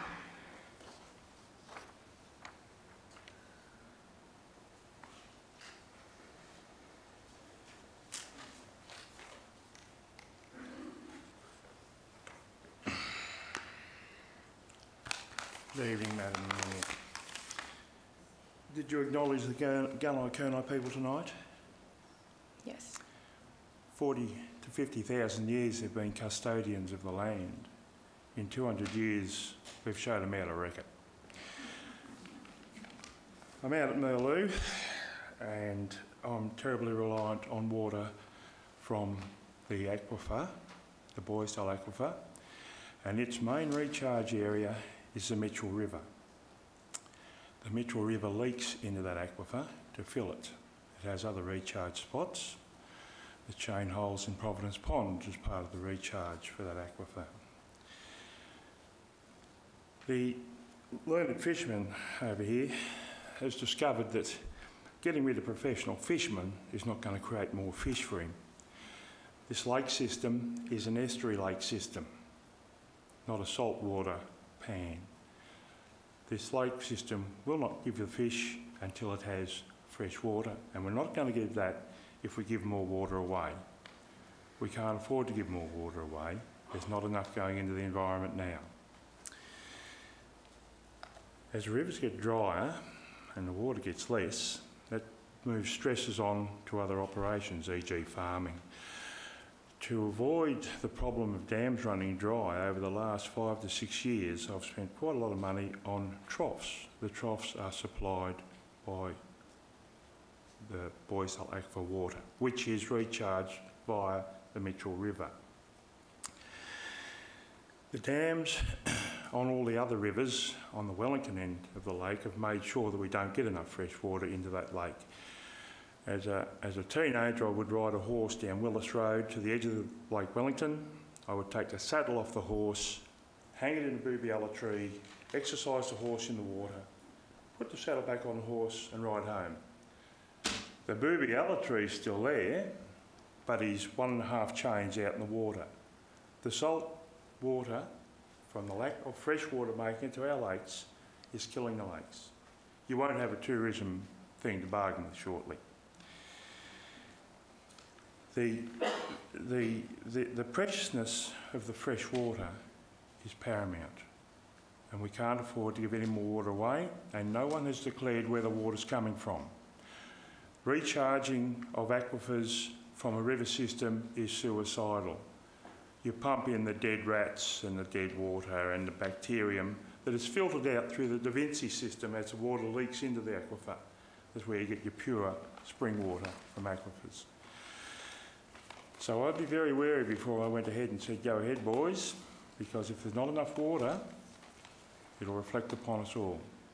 And I think the biggest issue in this mine is where is the water coming from? Science, for my man here, his learned man here. About 7 or 8 years ago, we were put on notification on the Boysall Aquifer that we were going to get low on water. We were going to be cut back to 75% of our allocation.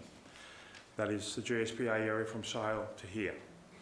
Meanwhile, on the Latrobe Aquifer, which runs down through Woodside to Yarram, the farmers were given money to go deeper after the water. Why? Why?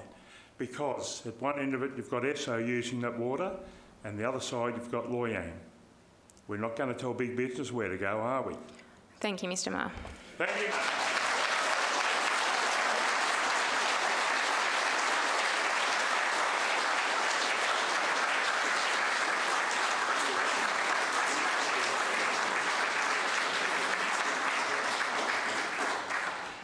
So we now move on to item 2.1, Notice of Rescission number 1, 2019, Opposition to Proposed Mineral Sands Mining in East Gippsland Region. Do we have a mover? I was the one that placed the rescission in place, and I'd like to explain why, but if I have a seconder, I'll go on to talk to it. Thank you. Thank you. Councillor Rotino, thank you. Councillor Peltz. Thank you all of you for coming here this evening again. I accept that you are passionate for your cause, and I can fully understand and appreciate there are extremely environmental sensitivities about this proposal. And we do respect you for your comments and everything that you've presented tonight, as well as what you presented at the 11th of December. We've heard all of your comments, we've read all of your letters that you've put into us. The motion of rescission was done for a reason, and I'll explain to you why, and I hope you can understand from a professional councillor point of view, it was done in regards to the utmost respect of the community and for what's going ahead. The rescission was purely based on the wording of the motion. Unfortunately, it lacked guidance, direction, and was inconclusive of what was actually needed or asked for. Excuse me, I asked for you to be quiet in the back because we've listened to you now for an hour and a half and you've had your say. My vote around the table actually counts, so if you'd like to be quiet, I will actually deliver it. Please stop calling out and allow the councillors to speak.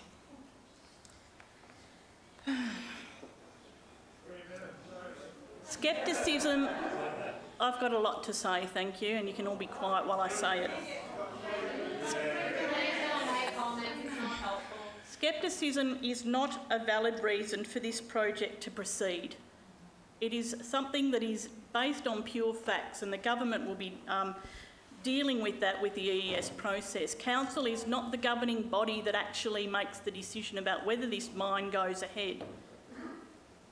The rescission of motion was based on the fact that the wording says, whilst you all believe that Councillor Roberts' motion had something to do with this, it actually didn't. It got overran by Councillor Ellis's. So Councillor Roberts' wording in his motion was taken away when Councillor Ellis's motion was actually supported. So the bottom line for me as to why I wanted to rescind this motion was, as I asked on the night, you state the community's opposition to the proposed mineral sands mining proceeding in the East Gippsland region. It is too inclusive of the whole of the region. Who is to say that mineral sand mining is not appropriate to be done in Tubbut, Genoa or any of our other outer regions or any other region? This issue is purely a site-specific concern, and that is the basis as to why this rescission was done respectfully and professionally to look after the rest of our community. Besides the 150 people that I can count here tonight that have come to raise their objections. We respect you for that, and that is fine, but you need to respect us for what the processes are within council, which is what we're delivering to you. The community's opposition, well, it implies that the whole of the community, meaning 45,000 people, all object to the proposal. 45,000 people have not objected to the proposal. 150 people who are here tonight, or who you have on your petitions, which you claim are 3,000, and we've asked you to present them and you haven't.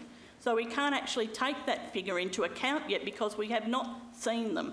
So the bottom line is, respectfully, we are doing this in the basis of the majority of our community and what they have. I respect...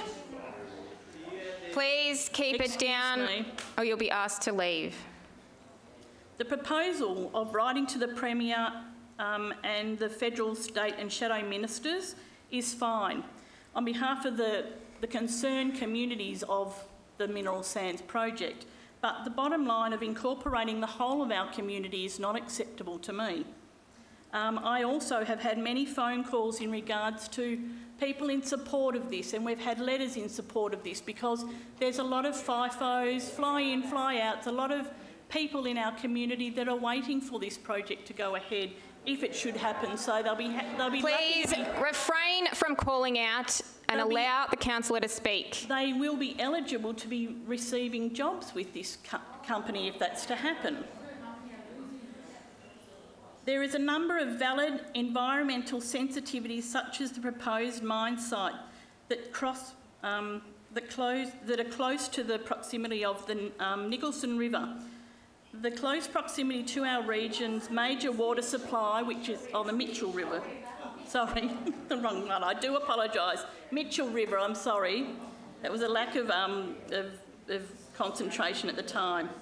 The close proximity to our region's major water supply within 5 kilometres directly downwind from it is a very major concern to all of us in this room and to our whole community. It supplies 36,000 people, which is the bulk of our community. I'm sure this will not go unheard from the Minister and the likes of the people making the decision on this.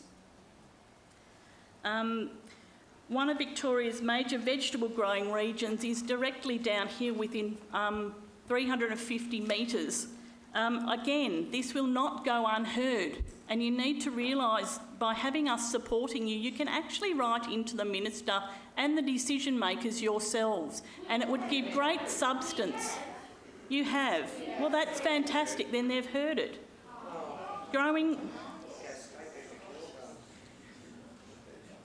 The vegetable farmers of this region have grown, they've marketed themselves on being clean, green and organic. All of those titles we have heard.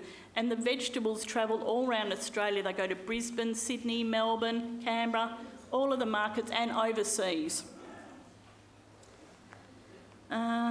Lastly, the possibility of contamination downstream from our world-renowned beautiful Gippsland lakes delicate ecosystem is something that cannot be and should not be negotiable, full stop, to any minister making a decision on this. They need to fully understand, and they will understand. The bottom line is they will get online and they will view this footage, and it's been worded here tonight, and your support has been documented here tonight.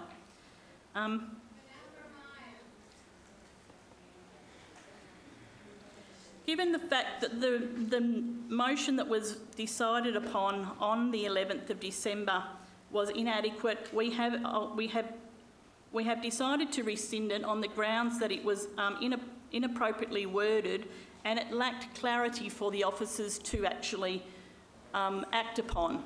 We hear what you're saying, hence the rescission was made, and might I add, there is no reason why this passionate group could not write, and I've said that before, to the relevant ministers, informing them of their concerns of the project. So basically, we're not here to make a decision about what we made a decision on in December. We're here to make a decision about whether we rescind this motion, and if we do, may I have clarity on this, Mr CEO, if we rescind this motion tonight, is there an opportunity for this proposal to come back to the table in a well-worded document? Through you, Madam Chair, yes, any councillor can submit a motion to be considered by council at a future meeting date. Thank you. That's all, Madam Mayor. Thank you. Thank you, Councillor Peltz.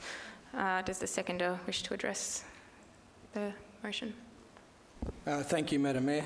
I, of course, also would like to make it quite clear that we're here with this rescission motion because the amended motion, which became the substantive motion on December 11, 2018, lacked clarity and direction for our officers to act on effectively, and that was the advice that was given to us. The amendment should have been clarified by the mover and seconder. It was their motion, it was their amendment. On the night it was moved and became the substantive motion.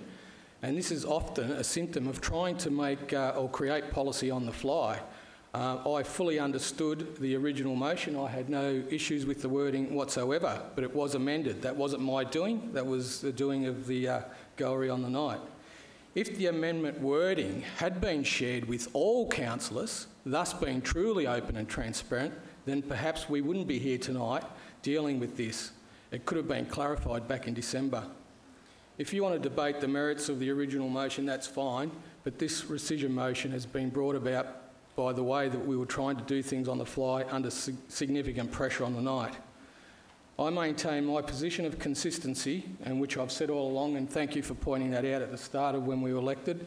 I've always maintained that we must wait for the legal EES process to be adhered to and followed through. Logical, rational, well thought out arguments are far more convincing than purely exaggerated, emotive argument designed to sensationalise, bully, enforce and intimidate an opinion onto others is far more effective. A good example of this is recently I've also been completing my MBA, Mendy, and I studied the business decision making, which relates to the psychology and bias behind human decision making. Simply put, emotional and reactive type thinking is our system 1 type of our brain working more often than not. And it's extremely important that for complex decisions we require to use our system 2 thinking, which is a far deeper, analysing and synthesising complex information into manageable chunks. Please stop calling out. System 1 thinking can lead to psychological biases and anchoring, leading in overconfidence in decision making. In a state of overconfidence, dangerous and unsustainable decisions can be made. Overconfidence usually leads to people ignoring important bits of information in major decision making, and has been blamed for such disasters as Chernobyl reactor disaster, the Apollo spaceship disasters, and most recently the global financial crisis.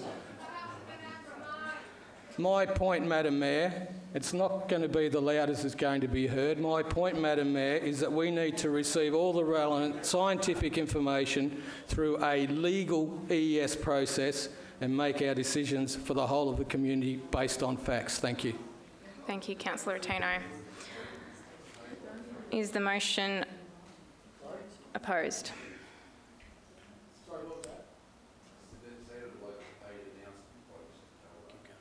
Is the motion opposed?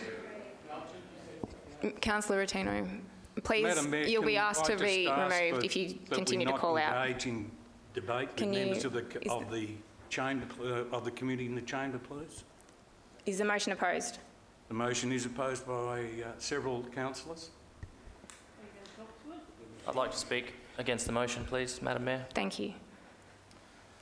Firstly, I'd like to thank all the people that have put in so much time and effort to come to these meetings. And these last couple of meetings would have to be some of the most well attended in East Gippsland Shire history, and potentially the Shire of Bairnsdale too. My being council is still a very strange sensation. Definitely not something I could have foreseen even 3 years ago, yet here we are. This issue has been extremely challenging from a professional and a personal standpoint, but I've learned quickly what happens when you go against the grain. When I first read of the rescission notice and the accompanying rationale, I was told that it was in my best interest to give me the time to get the wording right. Despite the fact that nobody on the night once disputed the semantics, which was backed by our mayor speaking to ABC Radio the following morning. If councillors were serious about fixing the wording, then they would have done just that. As Councillor Pelt stated, I had a motion that could have been considered, that could have been brought to tonight's meeting via an amendment. Instead, an unnecessary motion of rescission was put forward. I called a special meeting of council to enable a swift resolution to give some closure to the community that has put in so much time and effort into this campaign. In response, and with respect to the councillors who were on pre-scheduled leave, I was told by remaining councillors that they could not attend because of the need to complete Christmas shopping and that council had finished up for the year. I was not aware that council had a closure date. Further to that, I still had various community events in my calendar that required councillor attendance, as did others around the table. So when it became clear that no more than 4 councillors would attend, I cancelled the special council meeting under duress and for fear of wasting the community's time when we could not achieve a quorum. By boycotting the special council meeting originally planned for the 20th of December, councillors displayed a clear predetermined bias towards the rescission motion, indicating that there was no possible avenue for debate. So that leads us to now, where the rescission motion will likely be carried with no opportunity for balanced discussion. I urge councillors here to reconsider. The claims that the original motion opens up council to any legal complications is farcical and has been invalidated time and time again. If there is a question about specific wording or definition, I urge you to read the motion again. Council and community are one and the same, and we must remember that. Thank you.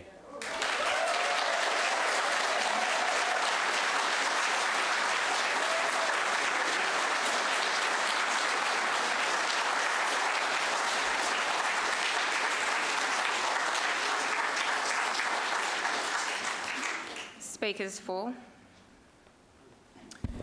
Thanks, Mayor, and good evening, everyone. I suspect I spoke to many of you at St Mary's Hall in November last year, but I again thank you all for your contributions tonight. It's important. Now, I've made my position clear in many public forums that the legal and legislative process for dealing with this matter is the EES. Now, we all want the same thing for our community. We all want the same thing. Just be quiet, please. Among others, this includes guarantees of environmental integrity, water, amenity, safety, economic security, cultural history, and so on. We all have a right to these. We also have a right to the wealth in our community.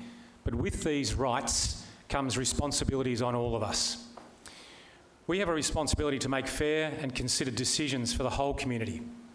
Now, I have a mutual respect for you, and I wish to reassure all of you that the way to ensure the best outcome for the interest group and the community is the legislative and legal process. That's the EES. Now, last year, Council took a strong and unified position.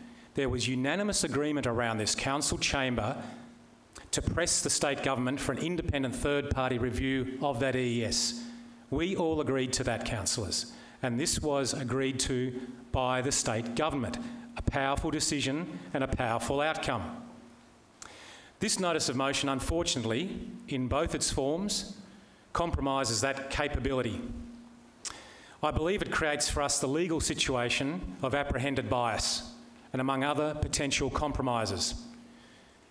You've heard already, and I'll say it again, yeah, absolutely. You can shake your head, but that's the case. Council has no direct ability to grant or refuse the application from the proponent.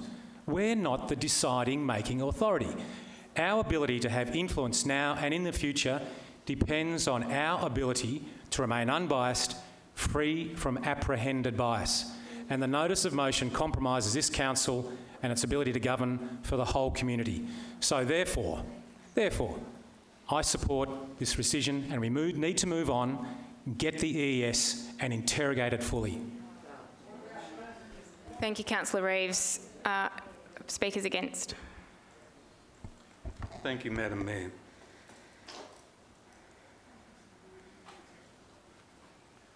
Thank you, Madam Mayor, for this opportunity to speak against the notice of rescission before this table this evening. I would also like to particularly acknowledge and welcome back Councillor White, and I wish him the very best in this time of difficulty. Councillor Roberts, backed by several of the speakers tonight, has addressed Council on the negative impact the boycotting of his requested special meeting has had on the effective representation of local government. And I will leave this low moment in our history, that is, the history of the East Gippsland Shire, for others to ponder. I do hope that one of his predicted behaviours, that is the apprehended biasness of that as a consequence of that boycotting of the meeting, does not come to fruition tonight, and that the arguments that we put forward as to why the notice of rescission should be overturned are supported. Councillors, tonight, this is a matter of process. We're not going to go into the arguments of the environmental effects statement. That is something that is a furphy. I will, however, focus my part in this debate solely on the process, that is on Councillor Peltz's position that the substantive motion should be rescinded or fail. I argue that the motion should stand and be respected as a legitimate decision of Council and enacted as a lawful direction of Council. This position lies in the very democratic core of local government, representing and achieving the best outcome for its community. On page 6, councillors, of our most important document, the recently revised Council Plan, this responsibility is highlighted and driven home as a critical element of Council's reason for being. It's not legas that we are concerned about, it is complying with the wishes of the community, the wishes of our Council Plan, which each one of you at this table created. That Council and its community are one, and that's a real message. Council and its community are one. That Council's primary goal is to care for its community. That is why this motion, the motion must be overturned. We all know that the substantive motion was debated and voted upon on the evening of the Tuesday, the 11th of December 2018. That the motion was passed 4 votes to 3. That neither during the debate nor after its conclusion did any of the councillors challenge the motion's meaning or declare that they did not understand its wording. In fact, I personally recall calling councillors' attention to the fact of the amendment to the initial motion of Councillor Roberts. I see that some councillors may not have liked the majority decision or members of the gallery, but they may certainly did not exhibit confusion or misunderstanding as to the wording and the intent, and that's an important word, intent of the motion. This fact was further reinforced by the words of our Mayor when she was interviewed on the ABC radio the next morning, when she spoke words of support of the adopted motion. This understanding underlies a critical point in what I will further discuss and put to Council. That is, the decision of Council was achieved by proper process, was debated, amended and voted upon by the elected councillors present. Regardless of whether one was agreed by the decision, it was a proper process and was not interfered with. Well, overtly by outside bodies. Councillors are the decision makers of council, not the lobbyists of either side of the debate, nor the council officers or even people here in this gallery this evening. It is us who make the decisions. Tonight we adopted the minutes of the previous meeting, and those minutes have been adopted as accurately reflecting the night's motions and actions. It's an important action that was put by Councillors Peltz and Rattino, the opponents of, or proponents I should say, of the notice of rescission. Interesting. I ask you to read and consider the motion, paragraph by paragraph if you like, and ask yourself, where does the motion not meet with the sentiments and directions of our council plan? Each of you councillors, please look at it, think about what I'm saying. I suggest to you there is no genuine lack of clarity nor lack of direction, none whatsoever. I mean, of course you could manufacture something but that would be unnecessarily mischievous and outrageously work against our council plan. Councillors, the motion was one extremely easy to implement. There was no lack of clarity or lack of direction in the contested motion, and thus importantly possessed no grounds for it to be rescinded or questioned. Of equal importance, and the reason to not rescind the motion is the more pertinent and valid argument that CEO Anthony Basford and members of the executive acted upon the motion prior to the issuing of the notice of rescission, and that for that reason the notice should fail. Now on this point I ask councillors to indulgence in presenting this position, for as you know I've been made aware, and for that matter all councillors here this evening, are in a precarious position due to the lack of legal protection as a councillor in prosecuting and debating any argument in this chamber. I believe I may not be able to present all facts to my argument, and as such ask the CEO and Governance Officer to interrupt me if they consider, and it's a serious request, if they feel I am about to breach Section 77 of the Local Government Act. That is, releasing information deemed to be confidential. I wish to refer in particular to the interaction between our CEO, Anthony Baswood, and our local MP, Mr Tim Ball, a man whom I consider to be a friend and one who I've admired for some years. However, and may I say sadly and arguably contrary to the improved openness and transparency in council decision making, the CEO has declared the interaction between he and Mr Ball, together with other documents, emails and legal advice received associated with this debate, secret, or better said, confidential, under Section 77 of the Local Government Act. A decision accepted by a majority, but not all councillors in recent discussion. In effect, this decision was relayed to councillors by email at 8:49 a.m. on the 20th of December. The email was subsequent to an earlier email sent on the 13th of December, which I believe is covered by the Act, so I can't refer to its contents. In effect, this action precludes anyone in this instance being asserting with unchallengeable authority, and I would ask you to consider that, or should I say confidence, that the discussion and email exchange between the two did or did not, for that matter, include actions or agreed decisions that a reasonable person could infer from such an exchange, amounted to the CEO undertaking commencing actions to implement the desire of the motion and thus negate the validity of the notice of rescission. It would also be, I suggest, just as valid to say the CEO actioned the motion by agreeing to thwart any actions to further the motion. However, and I'm sure you will all agree, that it would not be unreasonable to assume that both discussed what actions either would take or to enable or alternatively hinder the desired actions of the motion. Positive or negative in result, the motion was subject to being acted upon. Councillors, I put it to you that you would all agree that it would not be unreasonable to assume that both discussed the actions. I'm sorry, I'm repeating myself. I put it to you, this exchange alone shows the CEO, even though the truth much is hidden from us, acted on the motion before the notion of rescission was lodged and therefore the rescission must fail. Councillors, I ask in concluding, I'll get to it, Councillors, I ask in concluding that you overcome any preconceived bias you have to the adoption of the motion, no matter from what source. Thoughtfully consider the valid arguments I put to you and not support the notice of rescission before you this evening.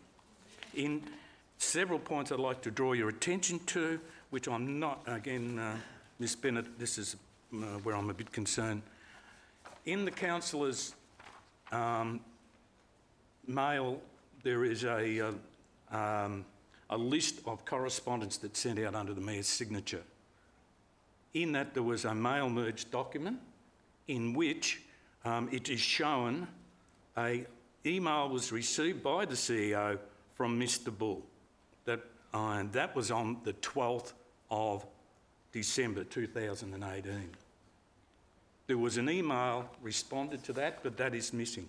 All other emails to and from other persons writing on that subject are recorded. The document's here, and you probably all have seen that.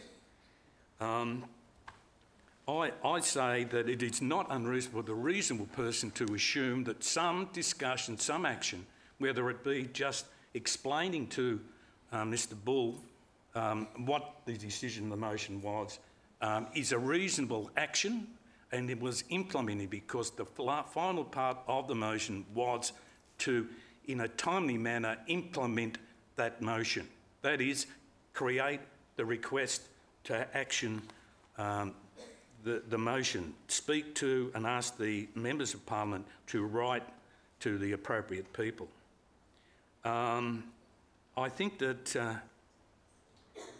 trying to, all right, the documents aren't there. There's some good examples of it. In conclusion then, I say, please consider the actions that have arisen out of this. This is an important action of council. There was no lack of clarity with it. It was quite clear. I refer you to your being, coming back to conclude, council is part of the community. We're the voice of the community. We are the coalface of government. We're the third tier of government and the community. These people here tonight are here for a reason, not just to create troubles for Dr. Hugo and his company. They are here because they have a passion and they look to council as part of their community, as an authoritative part of their community, to voice their concern. And that's all they're asking. They're not interfering. I'm not interfering in the process of the environmental effects statement. That's a separate action for a separate time, for a separate person and entity to make a decision on. This argument tonight is about proper process at local government, with council complying with the wishes of its community and voicing its concerns. Please support our opposition to this notice of rescission and vote no. Thank you.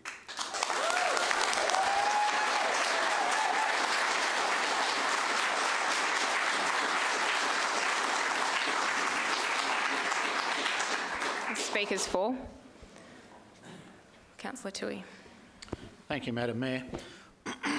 Excuse me. It is pleasing to see everybody here tonight, and I must say I've had a number of people ring me in regards to my position on the mine, and I can quite honestly tell you that personally I don't think it's a good idea. Having said that, we cannot allow our entire community to be put in jeopardy by making a statement that could potentially show either a perceived or otherwise bias.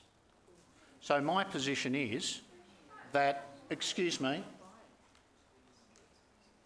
thank you. I do believe that this would compromise our ability as a council to make decisions on behalf of our community moving forward, if we have this stand. So that's the reason why I support the rescission. Thank you.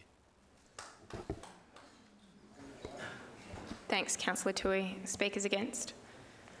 Councillor Buckley.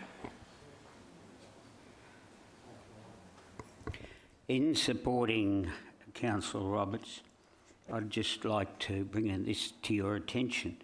This is the Constitution Act 1975. It's the state constitution. And we go to 74B, local government laws, and we go down to paragraph I. Any other act, matter or thing relating to local government administration.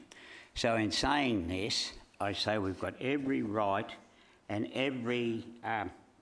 use every possible thing to, and when it's mentioned that we haven't got any power or any effect on this, that is very wrong constitutionally. So thank you, Councillor Roberts, for your effort so far, and I will support you to the limit. Thank you.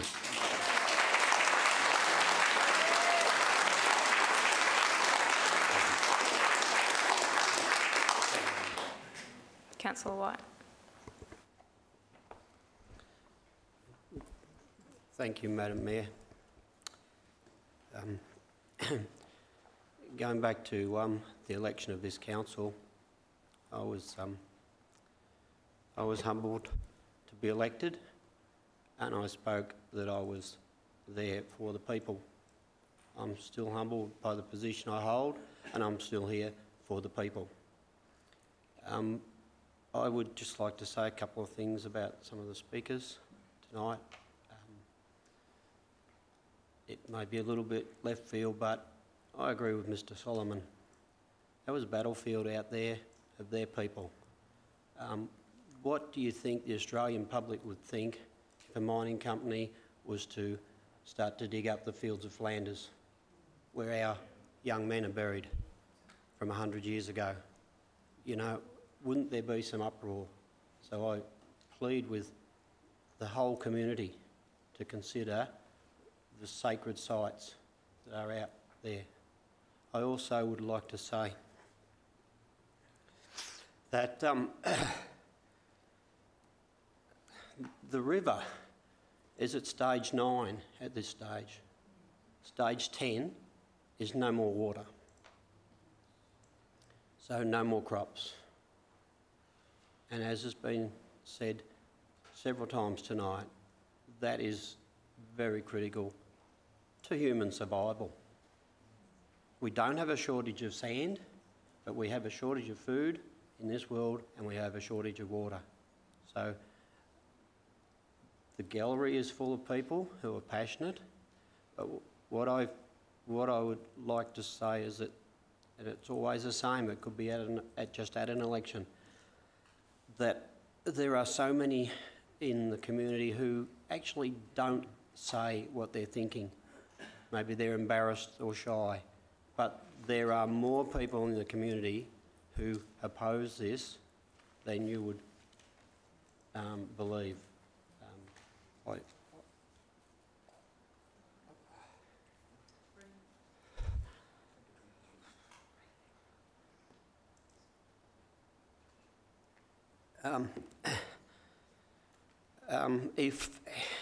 If we make decisions here that are unpopular with others,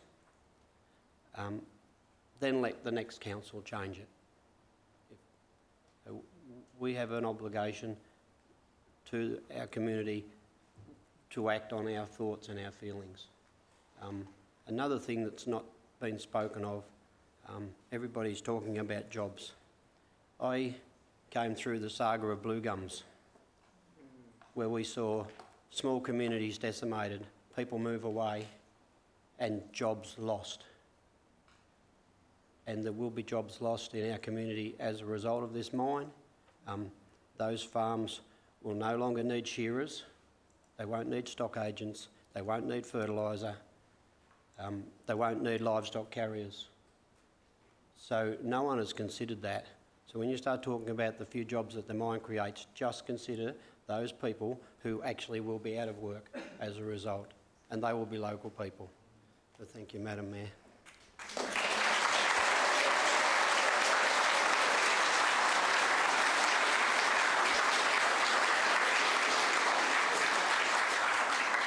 Thank you, Councillor White. In relation to comments made about my ABC interview, which was done on the Wednesday morning following the council meeting, at that point the rescission had not been put in place. So at that point in time, our role as councillors is to support the decision of council. As we know, a rescission can be made up to 48 hours following the meeting. So at that point, it hadn't been lodged. Further to that, we were advised that the motion that was moved was not clear. It lacked clarity, and we have an obligation to ensure that motions are clear for our officers to action. It is no lie that there is not one of us around this table that would be supportive of any activity that would destroy the agricultural industry at the Lindenow Valley. However, we must consider all the relevant information, and we don't have that yet. So on that note, I'll ask Councillor Peltz to have a right of reply. Thank you, Madam Mayor. Thank you, councillors, for your input tonight around the table.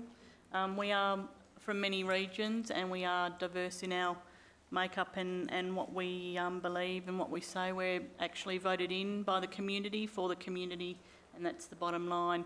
With that intact, I believe the rescission was made responsibly for the community, and whilst it's in pieces at the moment, I believe over the next month or so we'll be able to endeavour to work together to get something that we can all support, of similar instances of what will be appropriate in the light of this proposal moving forward. So with that said, Madam Mayor, I pass it back to you for voting. Thank you. Thank you, Councillor Peltz. I'll put the motion. All those in favour, please raise your hand. All those against? Motion carried. Colin. Thank you. Thank you. Madam Mayor, would yes, you like to have a brief moment to ask if everyone wants to leave, they can leave, and we'll have a break in our procedures. We'll have a break and adjourn the meeting, and we'll reconvene at 8:20. Thank you.